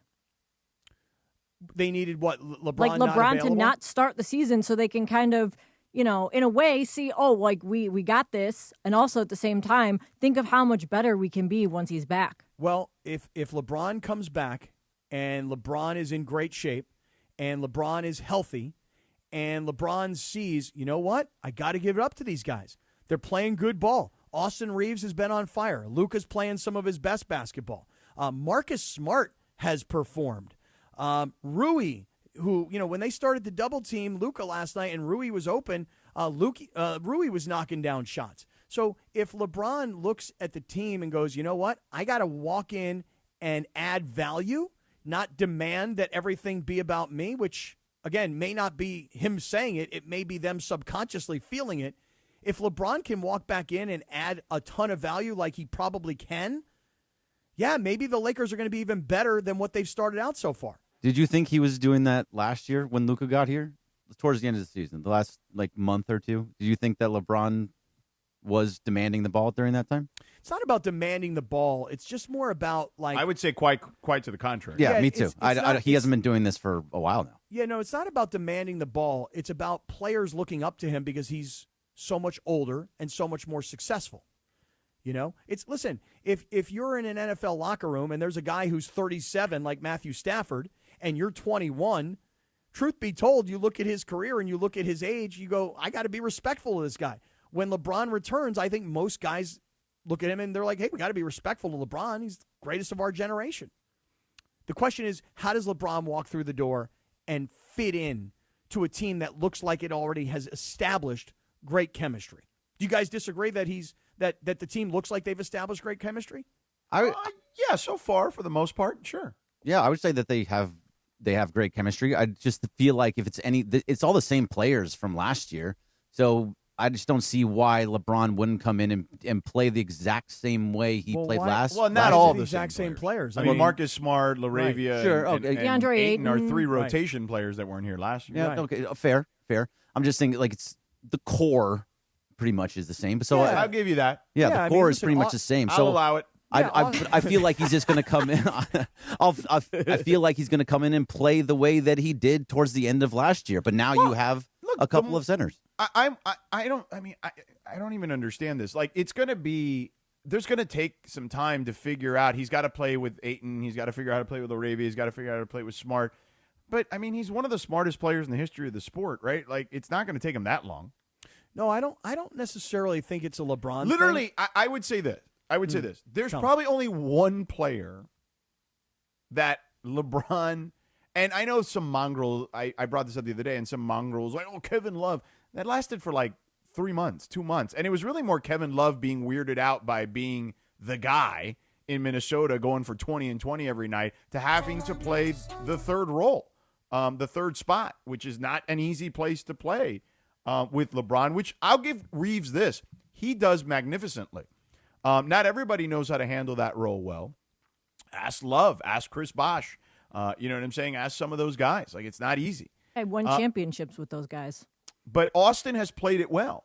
He did win championships with those guys, but those guys had to make an adjustment because the difference is those guys were the guys on their teams prior to that. Austin is not. Like, that's why Austin does such a fantastic job of fitting in that regard. So I don't think, like, outside of Isaiah Thomas, who, when he was in Cleveland for a very short stint, like, thought he was still Isaiah Thomas from Boston, it's been very seamless for most LeBron players to play with him. Yeah, I'll give you another example of a guy who couldn't play with LeBron and who couldn't handle it, and that was Brody. I mean, there was so he's more like in the Isaiah Thomas category. That's a good one, Cappy. Yeah. Russell Westbrook could not deal with this is LeBron's team, and I have to play with him. Well, versus he couldn't do what Kevin Love and Chris Bosh did, which is I'm used to being the guy, and then I'm not the guy anymore. I'm the third guy. And Austin Reeves, to your point, who has stepped up so huge thus far in the early part of this season, and listen, he missed a couple of games because of a groin injury, but the fact is that Austin Reeves has already given you more this year than maybe you even knew that he had. Like, because he's been that good, who knew he had another level?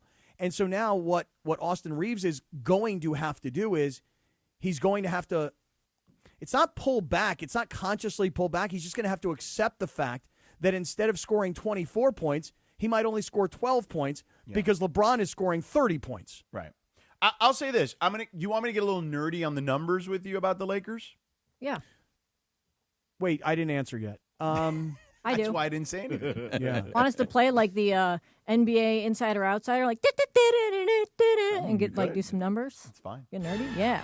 Cappy still hasn't answered yet, though. You still haven't answered right, I know. Well, All right, I've overruled you, Cappy. Go full nerd on me. Go ahead. Let me hear what you got. Go full nerd on me.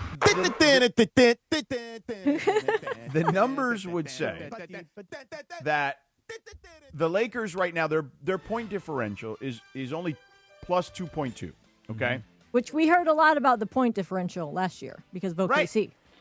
Correct. And it's a big number throughout the course of a season. It's kind of a small sample size, so it's not really like super relevant yet.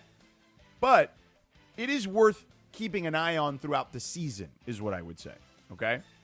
And it's not like some definitive hard, fast number that you have to follow, but generally if you have like a crazy big point differential, you generally tend to win in the playoffs.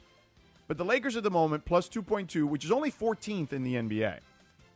So, based on that, their expected wins is only 6, and they have 8. So they've overachieved in that regard already by 2 wins based on what the expectation is with who they have on the floor and what the results have been amongst those games. So, like, for example, the Spurs game is a perfect example of that, right? Like, that's a win you probably didn't expect to have. You were trailing by 9 as very late in the fourth quarter in that game. So, I'll give them credit. Now, you can make the argument that, well, they found a way to win the close games, and I don't disagree with that either. I think that's valuable, too. But it is just something to monitor over the course of the season. Now, I do think that point differential should expand in the positive direction when LeBron comes back. But again, something to keep an eye on. The other thing is their defense, not great through 11 games. 23rd in the league. I don't see that necessarily getting exponentially better even with LeBron. So I got a question about the defense. So Luka was known as somebody in the EuroLeague where he was playing really good defense. They were talking about whether he was going to be played good defense this year. So that's what I was going to say. How has his defense been this year? Because I haven't fully gotten into it. I don't have all the numbers. I could ask for them. But, last year he was like the worst in the league at blow-bys. You know what I'm saying? Like people that just drove past him. Yeah, he had 5 steals the other night. Like it seems like it's been much better. Yeah, I mean, steals is a counting stat. So, like, yes and no, it's effective. But I think just playing straight-up defense is over the course of a game is more impactful because sometimes if you're trying to steal for everything, you're gambling a little too much too. So to Cappy's point too, that when LeBron does come back, he's not known as some great defender unless he's actually trying. Well, he was very good last year, Yeah. I thought, particularly like in the I would say like turn of the calendar on. Yeah, when he's engaged, he can be a very good defender. Well, they needed him to be a good defender last year. Right. If not, So they were going to be up the creek. Do they need him to be to that, or is they can yeah, take I away still from think the they defense? need him to be a good defender. Yes. Yeah. Now maybe that's where the shift happens, right? Like, can he just be more impactful for them on that end? And maybe that means he's not going to get you 28, 8, and 8, but maybe he gets you 23, 8, and 8, or 23, 8, and 10, right? 10 rebounds a night. Now that's interesting. Now you're bringing up something very interesting to me, which is what if LeBron comes back and JJ convinces him, and maybe it doesn't even take that much convincing. Hey, you know what we really need on this team right now? We need a great defender. Now, we've got good scoring. Luka is our primary scorer.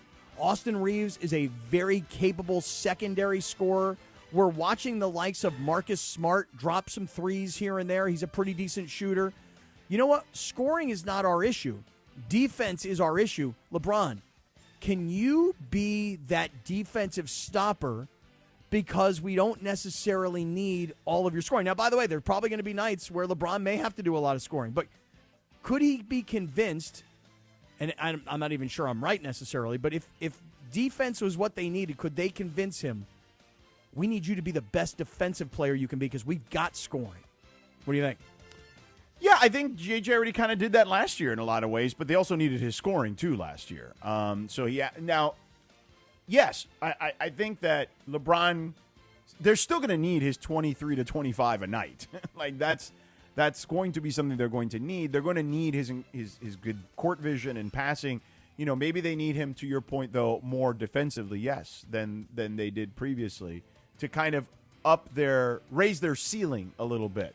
They have a floor, but they need to raise their ceiling. Because, listen, let me just say one thing. Mm-hmm. You asked the question earlier, Bergie, about, what do I think? Do I think LeBron is going to come back and disrupt the Lakers? Because he's an overbearing, overwhelming personality. And not, by the way, because he's intentionally trying to be that way. It's because of who he is compared to all the children that he's playing with. So there are a lot of opinions out there about whether or not LeBron comes back and immediately helps the Lakers by adding value versus comes back and gets in the way of what they've already started. So I don't think they're ever going to be a great defensive team, Cap, because they don't have great defenders. But I think, what JJ wants is for them to at least compete on that end because they're so good offensively that they can overcome some of those deficiencies. Yeah, so let me play for you, George, a couple of different sound bites here. I'll start off with Paul Pierce. So Paul Pierce has a strong opinion. Absurd, though. Well, let's just hear it because I love Paul. Paul's my guy, but this is absurd. Well, but let's just hear it because there are a lot of opinions. Some opinions are LeBron adds immediate value, and other opinions are LeBron's going to get in the way. Here's former NBA star turned media personality, Paul Pierce, and here's what he thinks the Lakers should do when LeBron is healthy and ready to come back. Play it. The Lakers they hooping, bro. They looking pretty good. Yeah, they looking good. They need to try to find a way to trade LeBron. You gonna slow him down? He gonna hold him back. That's been a hot topic. That's been a hot topic. So they're playing well without him right now. He's gonna ruin the equilibrium of the team. I don't think so. This is not what I thought you were going to play, but go ahead. Yes, clearly. And we seeing with Reeves' improvement is looking like with the ball, the way he play makes. How do you implement LeBron to what they're doing now? You know what I'm saying? Like, how does that work? Because my playmakers are clearly Reeves and Luka. Mm-hmm.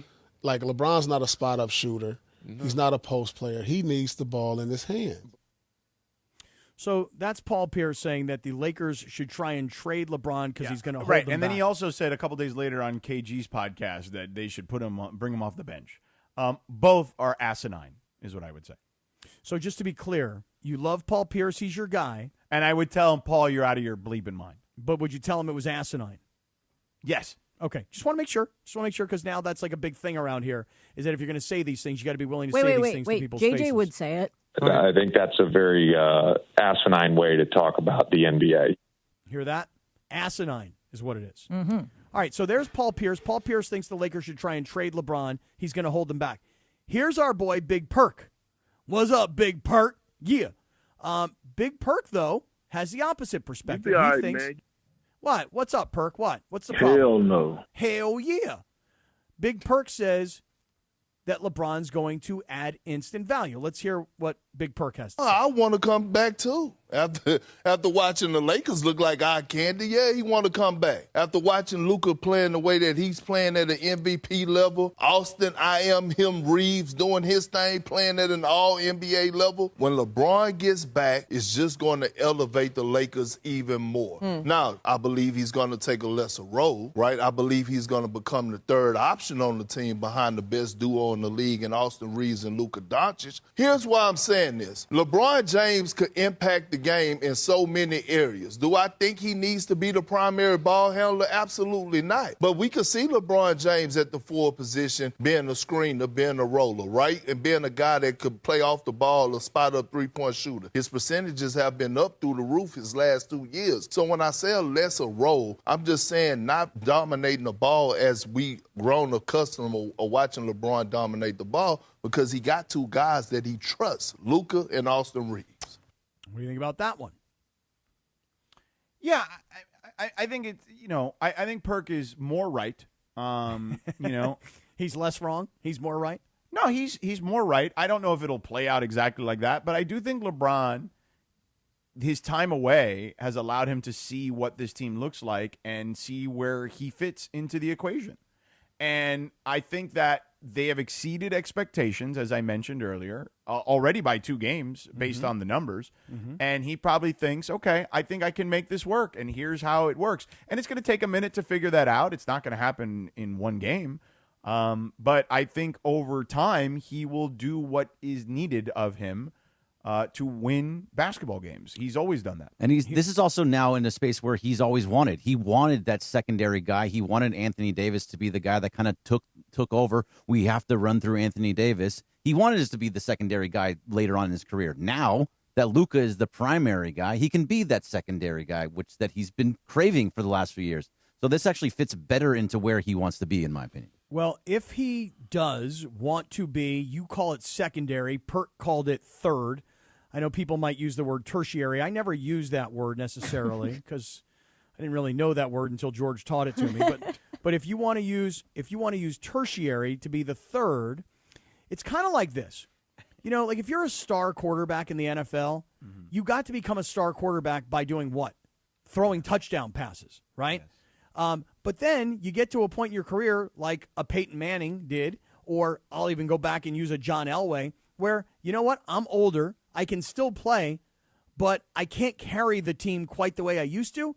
Thank goodness we have a running game. And you know what? It's okay that Terrell Davis rushes for over 2,000 yards, and he's now the focal point of our offense. I still want to win a Super Bowl. If LeBron still wants to win a championship, and he can look at these two guys that Perk says is the best duo in the league, maybe people want to debate that. I mean, statistically at the moment they are. Okay, so if LeBron can come back and go, I don't want to get in Luka's way of scoring, I don't want to get into the way of Austin Reeves and what he's doing, but I bring value in these other ways and I can add to this team. If LeBron can do that because it's about pursuing a championship, I can put my ego off to the side. I can put my scoring off to the side. By the way, I don't need to add scoring. I'm already the league's all-time leading scorer, and nobody's going to break that record, at least not anytime foreseeable.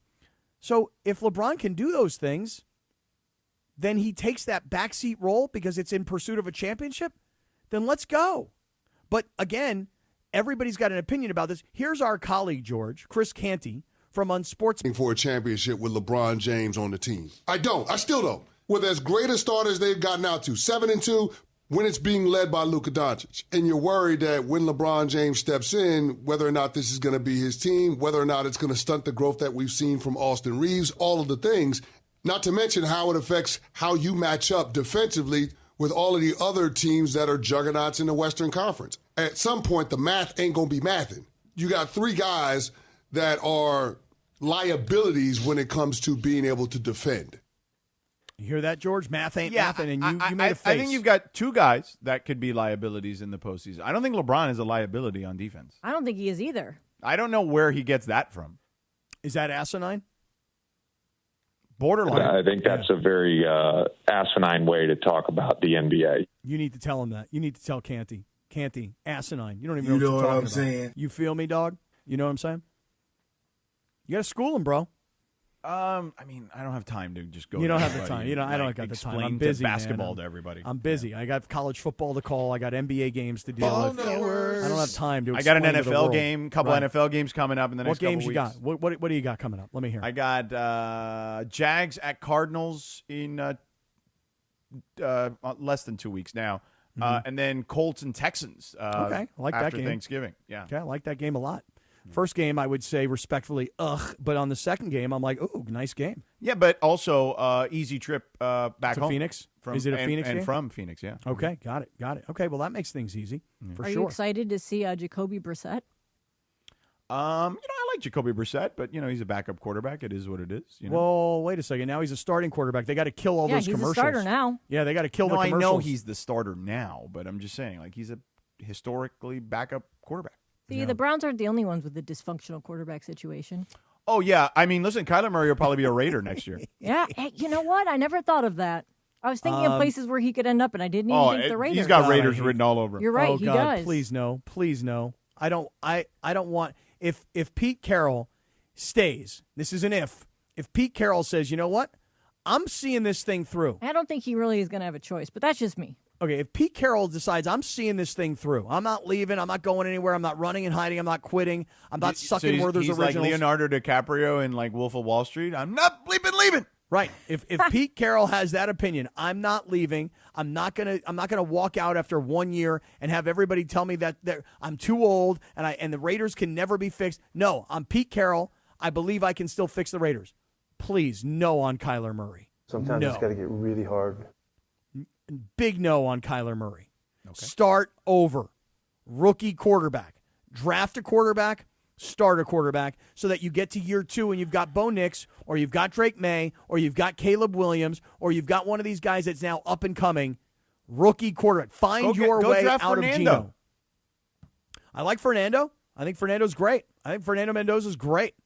Love that kid. By the way, do you know who Fernando Mendoza's idol is? He literally knows like everything this guy has ever done, like, is Tom Brady. Like I remember I had him a bunch last year at Cal. Mm-hmm. He idolizes Tom Brady. If you told Fernando Mendoza right now the Raiders will draft you, Tom Brady is one of the owners, he would sign up for that every single day. Twice on Sundays. I still have to laugh. We talk about Mendoza, and, he's a leading Heisman Trophy candidate now at Indiana. The way they beat Penn State on Saturday, we played the audio yesterday of Gus Johnson. Gus literally lost his voice in the middle of the call. Here, let me play the beginning of it. Yeah, play it. Mendoza in trouble. It's out. Touchdown. Wow. Oh, Ron Cooper. Unbelievable. Can you imagine if you ever did that, George? Oh, my God. I love it. Well, my favorite is Gus when he doesn't he gets caught up in the air, doesn't know what to do anymore. He literally and I love it. I am not saying this disrespectfully. Oh, because he's Gus. a legend in my opinion. I love the guy. He the other day I watched a game that he was doing. It might have been UCLA against. Who were they playing on Big Noon a couple weeks ago? Oh, was it Indiana? It was Indiana. Yeah, in Indiana. Okay. Yeah, and in that game, there was something that happened where he was like, and it sounded like he was in a fight, like more than he was calling action, but it was fantastic. Like he started like doing stuff noises Cappy would make. Oh, yeah. Listen. That's what it reminded me of. Oh, dude. And I started howling in my hotel room watching this game. George, I worked with Gus for years. I did sidelines while he was in the booth for NFL games for CBS, and I used to I'd be on the sidelines listening to these calls, dying laughing. My favorite Gus call, though, of all time, that Mendoza, that Indiana Penn State call that we just played, where he loses his voice, that cracked me up. But Bergie, probably the best Gus Johnson freak-out call of all time was 2006. UCLA is playing, I want to say Gonzaga. Yeah, Gonzaga. In the NCAA tournament. Yep, they came back from 17 down. Right. And he's like, against UCLA. Adam Morrison. Right. Last chance to dance. And UCLA climbs the mountain. UCLA. And I'm trying. Who was the analyst? Was oh God, I got to think of his name. Because he wouldn't. I was like, shush. Gus is freaking out. I guarantee you we can find this. UCLA. That was like, to me, one of the all-time classics. And that's like 20 years ago. That tells you what kind of call it was. That 20 years later, people are going, do you remember when Gus called? Nobody's saying, do you remember who made the last shot? It was, do you remember Gus's call on the UCLA-Gonzaga NCAA tournament? It was Luke Richard and Bahamute. Who? Luke Richard and Bahamute. Played for the Bucks afterwards. Yeah, I was thinking about who was the analyst. But that was my favorite. I love Gus Johnson just for that. Every time Gus Johnson's on a call, you know it's going to be exciking, even if you don't know who the two teams are playing. Linz, you think you could find that? You think you could find the 2006? Jorge's got it. Jorge's got it. Oh, all right, here we go. Like you're a cornerback. In the front court. Batista with the catch! And that's it! What a comeback! UCLA defeats Gonzaga 73-71 after being down by 17. Gus will be out of the hospital. I'm not 100% sure that's the one I'm thinking. Well, that was the game. That was the Sweet 16 game against Gonzaga in the tournament. Was that the one where what was the kid's name from Gonzaga with the mustache? Adam Morrison. Yeah, that's what he said. He was sitting. He was sitting down, crying. You clearly remember it a lot differently than the way it actually transpired. Yeah. Well, I kind of remember the inbound pass, and Gus starts Batista off with the catch. He goes, last chance to dance. Oh, that was earlier. Yeah. Right. UCLA.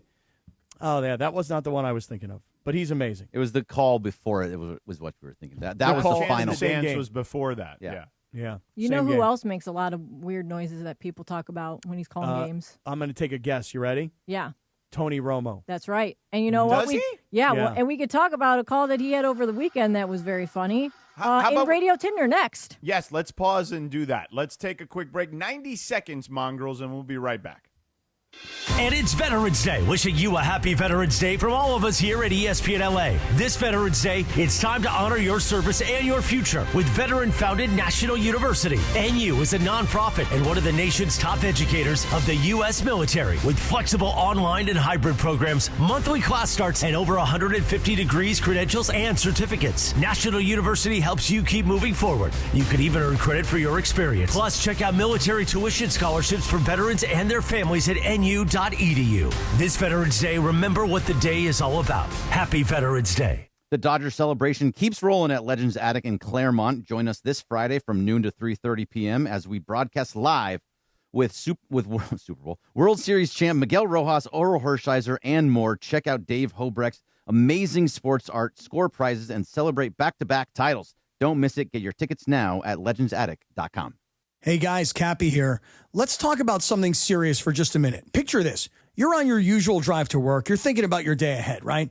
You walk into the office, you sit down at your desk, you power on your computer, but instead of your familiar desktop popping up, zippo, nothing. Your files are locked, your data's frozen, you've been hacked. For anyone who's ever lived through it, you know how stressful and expensive it can be. We're talking thousands, even hundreds of thousands of dollars. And then there's the uphill battle of getting your cyber insurance claim actually paid. That's where my friend Avner Gatt and his team of public adjusters come in. You might know them from water damage claims, but they also handle cyber insurance. And if you're not sure that you're fully protected, or you're not sure if your insurance application was filled out correctly, don't wait until it's too late. Call Avner Gatt at 818-917-5256 today. That's 818-917-5256 for Avner Gatt.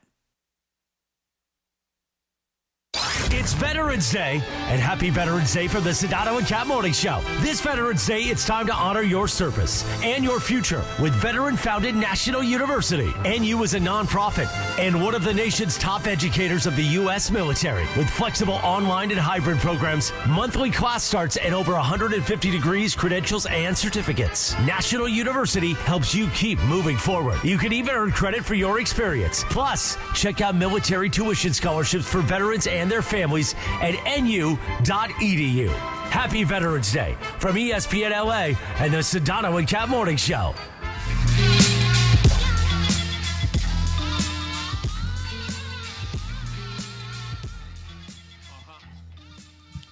All right, Sedano and Kap on a Tuesday. I'm going to take over here for a second because I see George is not back. He told us 90 seconds, and then he went away. Are we ready for a little radio Tinder? Yeah, Lindsay hit it, Cappy. We like to do a TV theme show. I'll let you start over. Start over. We like to do a TV theme show or a wrestling theme show. We lost her back in I really don't know. But it's got to be a Lucille Ball, Desi Arnaz kind of show, right? I mean, I hear that theme, and I know exactly what that is. Yes. So back in 2001, ABC aired the I Love Lucy 50th anniversary special. Yeah. Okay. Now, it's a shame that George is not here to celebrate this because he must have a special place somewhere in his heart for Desi Arnaz. You know why that is, Lindsay Baseball? Cuban brother. Yeah, he's a he's Cubano Cuban. hermano. Yeah. Correct. See. I watched all the I Love Lucy on Nick at Night. Oh, really? Vidi Vidi Vegemin. Great show. I've also been to the I Love Lucy museum. Oh, really? Where's that? Where's that at? It's on the way back from where we go camping up really? in the Allegheny Mountains. Why would they have it there? Really? I have Over no. there? I Is think she that's from where there? she's from. Yeah, Oh, it's yeah? like somewhere in like Pennsylvania, near Bradford, Pennsylvania, I think. Now, does anybody remember Lucy and Desi, Ricky Ricardo? They had neighbors that they were close friends with. What were their names? Ethel. Ethel and Fred. Fred. Yes, the Mertz, Fred. right? Is that their last name? The Mertz. Those Ethel crazy and Fred. Mertz. All right, so let me get to this Tony Romo thing here real quick. Oh, yeah. Let me hear you. I didn't know he makes noise. You know, he does. Well, this doesn't have that in it because he tends to like grunt a lot and do a lot of like Scott Zolak-y noises. Mm-hmm. This is just a phrase that he said that I thought was funny. So he was on the call, obviously, with Jim Nantz on Sunday for the Bucks-Patriots game. And he turned a lot of heads when he made this comment. Fundamentally sound. This team is DTF, Jim. Patriots, details, toughness, and they finish. That's not what DTF means. That sounds very close to what Vrabel tells him, too. He says that too.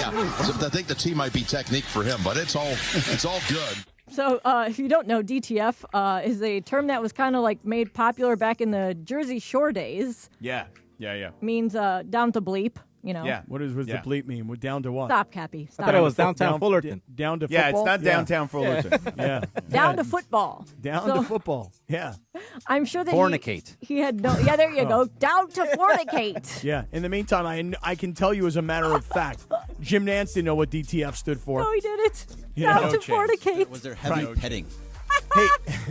Hey, by the way, you know, Romo got criticized for that game broadcast also because I don't remember who it was, but one of the defensive coordinators of one of the two teams has been battling cancer or something. And so Romo says, well, we want to send our condolences. And I think people think of condolences as, hey, somebody died, Right, we're sending. right. But Jim Nantz quickly jumped in and went, well, he's doing he's doing a lot better. He's doing well. Yeah, you He's should gonna say make like it we through. send our prayers and support and well Right. wishes. Yeah, Jim had to hurry up and cover for Tony. Speaking of which, Patrick Dumont has sent a letter to Mavs fans. You want me to read it real quick? Yeah, let's do that. I've seen this playing out on Twitter. Go ahead. Dear Mavs family, on May 30th, 2024, the Mavericks won the Western Conference Championship. We came up short in the NBA Finals, but we all agreed our future was bright. As fans of this franchise, you have every right to demand a commitment to success from us. No one associated with the Mavericks organization is happy with the start of what we all believed would be a promising season. You have high expectations for the Mavericks, and I share them with you. When the results don't meet expectations, it's my responsibility to act. I've made the decision to part ways with General Manager Nico Harrison.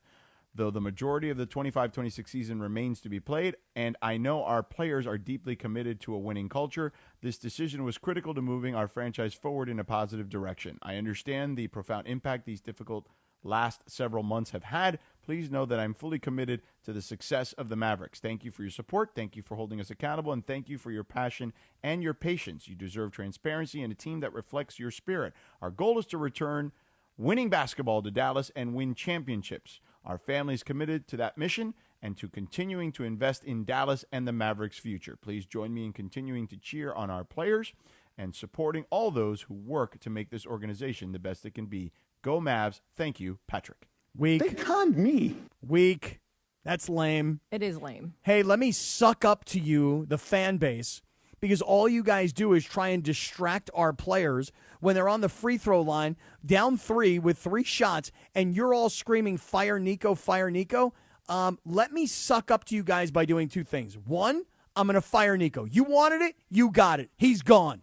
2, going to send a letter and suck up to you guys and tell you how awesome you are and how committed we are. Weak sauce is what that is. Oh, he's got to sell seat licenses. Right. Come on, man. I mean, how often do owners placate to the fan base like that? Hey, in this case, they have to. They had no choice. They had to find Normally, a I'm a scapegoat. big believer in if you listen to the fans, you Right. start sitting with them, Yeah, right? yeah. Like, I believe in that adage. Yeah. This one is a little bit of an outlier. Yeah. I mean, they had no choice. They needed to get their fans back on their side, and the fans were angry, and they're carrying pitchforks, and they're standing outside the arena, and they want blood. And they got it.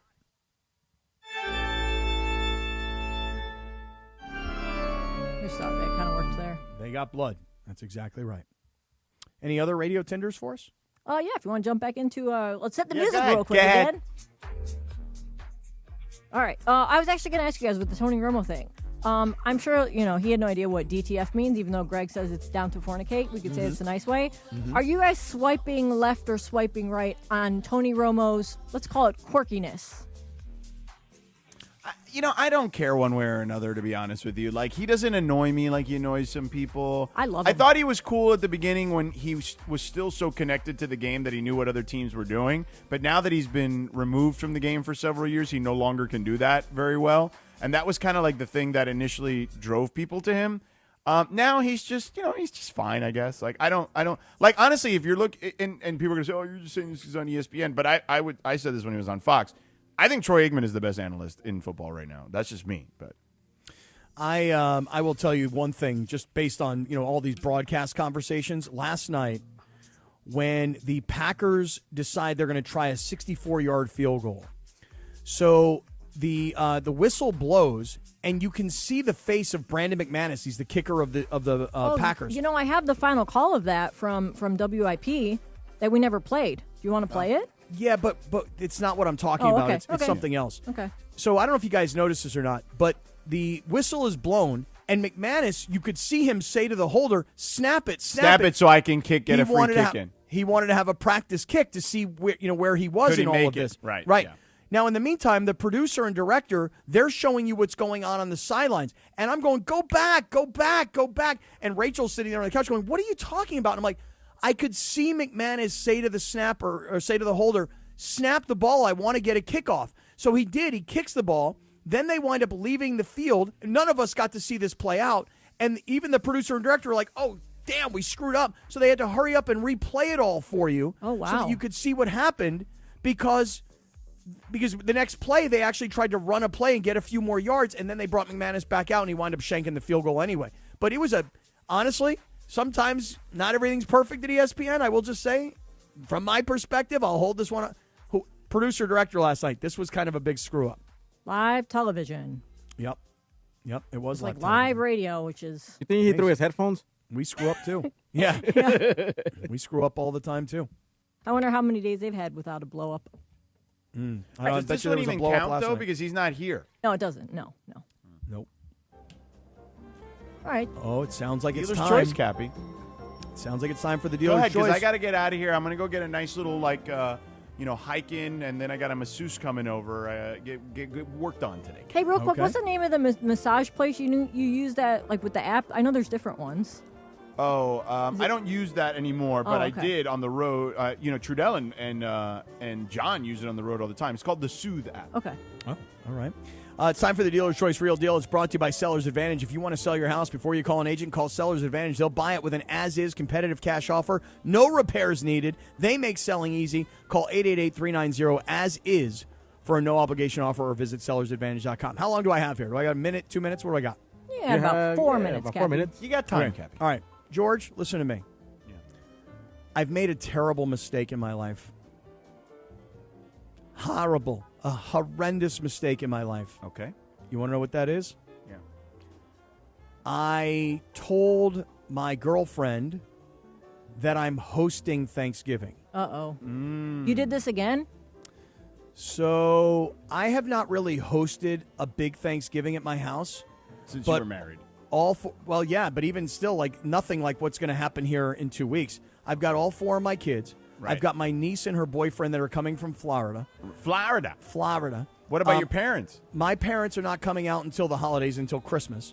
Okay. So I've got Rachel and her 2 sons. I've got her parents. I've got a couple of friends. Before you know it, now I got like 14 people at this Thanksgiving. Didn't you have people come last year, but it was just like the kids, right? Yeah, it was pretty small. Okay. It was, I got 14 people coming now for Thanksgiving. That's a real gathering. Yeah, big bird. And truth be told, I don't really have the accommodations. Like I've got a dining room with 6 table chairs. I've got an outdoor Do you table. got like an outdoor setup? I do, but I just don't think it really can accommodate a party of this magnitude.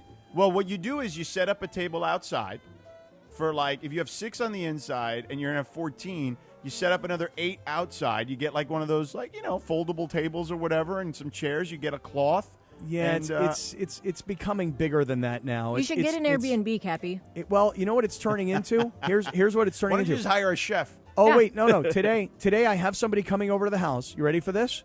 While you're getting massaged, I'm going to have a person come over. I'm renting now like a table and chair set because I want all 14 people sitting at the same table. Oh, okay. Okay? I want everybody together. I don't want separate rooms. Okay. Then I got to go order all this food because I can't cook it. I can't prepare it. So now I got to go order it. So now I'm hosting for 14 people. I got to rent tables and chairs and setups and breakdowns. I got to go order all the food and everything. Honestly, this went from being, hey, this is going to be a nice little family Thanksgiving. It's great. All the kids are going to be here together. To now this thing has gone completely nuclear on me. That doesn't surprise me. And it's going to cost a fortune. And I don't know how I'm going to clean it after that. I mean, I have made a horrible, horrible mistake by saying I'm hosting Thanksgiving because now it has turned into like a mortgage payment. It's ridiculous. Cappy, you can't put a price on spending time together with the family. Lindsay, and you're I am exactly right. I'm very jealous. You could. You're exactly right, though, Lindsay, because honestly, like my parents, my mom and dad, I haven't seen my parents in a year. They're getting older. They're like, well, we don't know if we can come out. We don't know if we can come out. Flights are very expensive. Maybe you could talk them into it. I said, you got to be kidding me. 2 more. I said, you're telling me flights are expensive. You guys are, pushing 80. You got 4 grandchildren that you don't get a chance to see. You're going to let $1,000 come between you and your kids or your grandkids? So, of course, who's paying for the flights now? Cappy. Hey, King. Yeah, listen, I got this Hey is King. why this is why you do all these great reads for people like Sellers Advantage. Yep, it's so true. So you can pay for all this stuff. That's what I have to do. That's what I got to do, man. But I'll tell you right now, for those of you that are like me and you're now hosting Thanksgiving, it sounded like a great idea. And then it expanded and expanded and got more and more expensive. And the next thing you know, you're like me and you're regretting it. Just got to pay somebody to set it up, pay somebody to cater it, pay somebody to clean it, and that's Lindsay, it. that's exactly. I'm paying Yep. There's a party rental company. They're coming over today to analyze. Then I went down to my local, little fancy grocery store. They've got the whole thing hooked up, and now I really won't do much. I'll just be the guy paying for everything. There So you if go. anybody has That's any what odd you jobs, do best, Cappy. Yeah. You pay for things. If anybody has any odd jobs and you need somebody to help out a little bit, I need the money. So help a brother out, will you? And by the way, just final thought is Happy Veterans Day to everybody that is observing. Happy Veterans Day. Happy Veterans Day. All right, we're done here. Excellent work by everybody. The kids in the back, Lindsay, Bergman, Briones, Cappy, excellent work as always. Morales, we didn't miss you. Menos Morales actually worked out pretty well, I thought, today. So there you have it. All right, we're done. Morales will be back tomorrow with piss and vinegar, so good luck with that. All right, see ya. Football fans join Travis, Sua Cravens, and Chris Morales this Sunday for the Rams post-game show live at Hollywood Park Casino. Score signed memorabilia, grab tickets to future ESPN LA events, and keep the party going at LA's hottest card room. That's Hollywood Park Casino, 3883 West Century Boulevard in Inglewood, Sunday after the game. Must be 21 or older. Hollywood Park Casino, where LA comes to party and play 24/7. Can't get enough of the Rich Eisen Show? You're in luck. You can find us everywhere. Watch us weekdays on Disney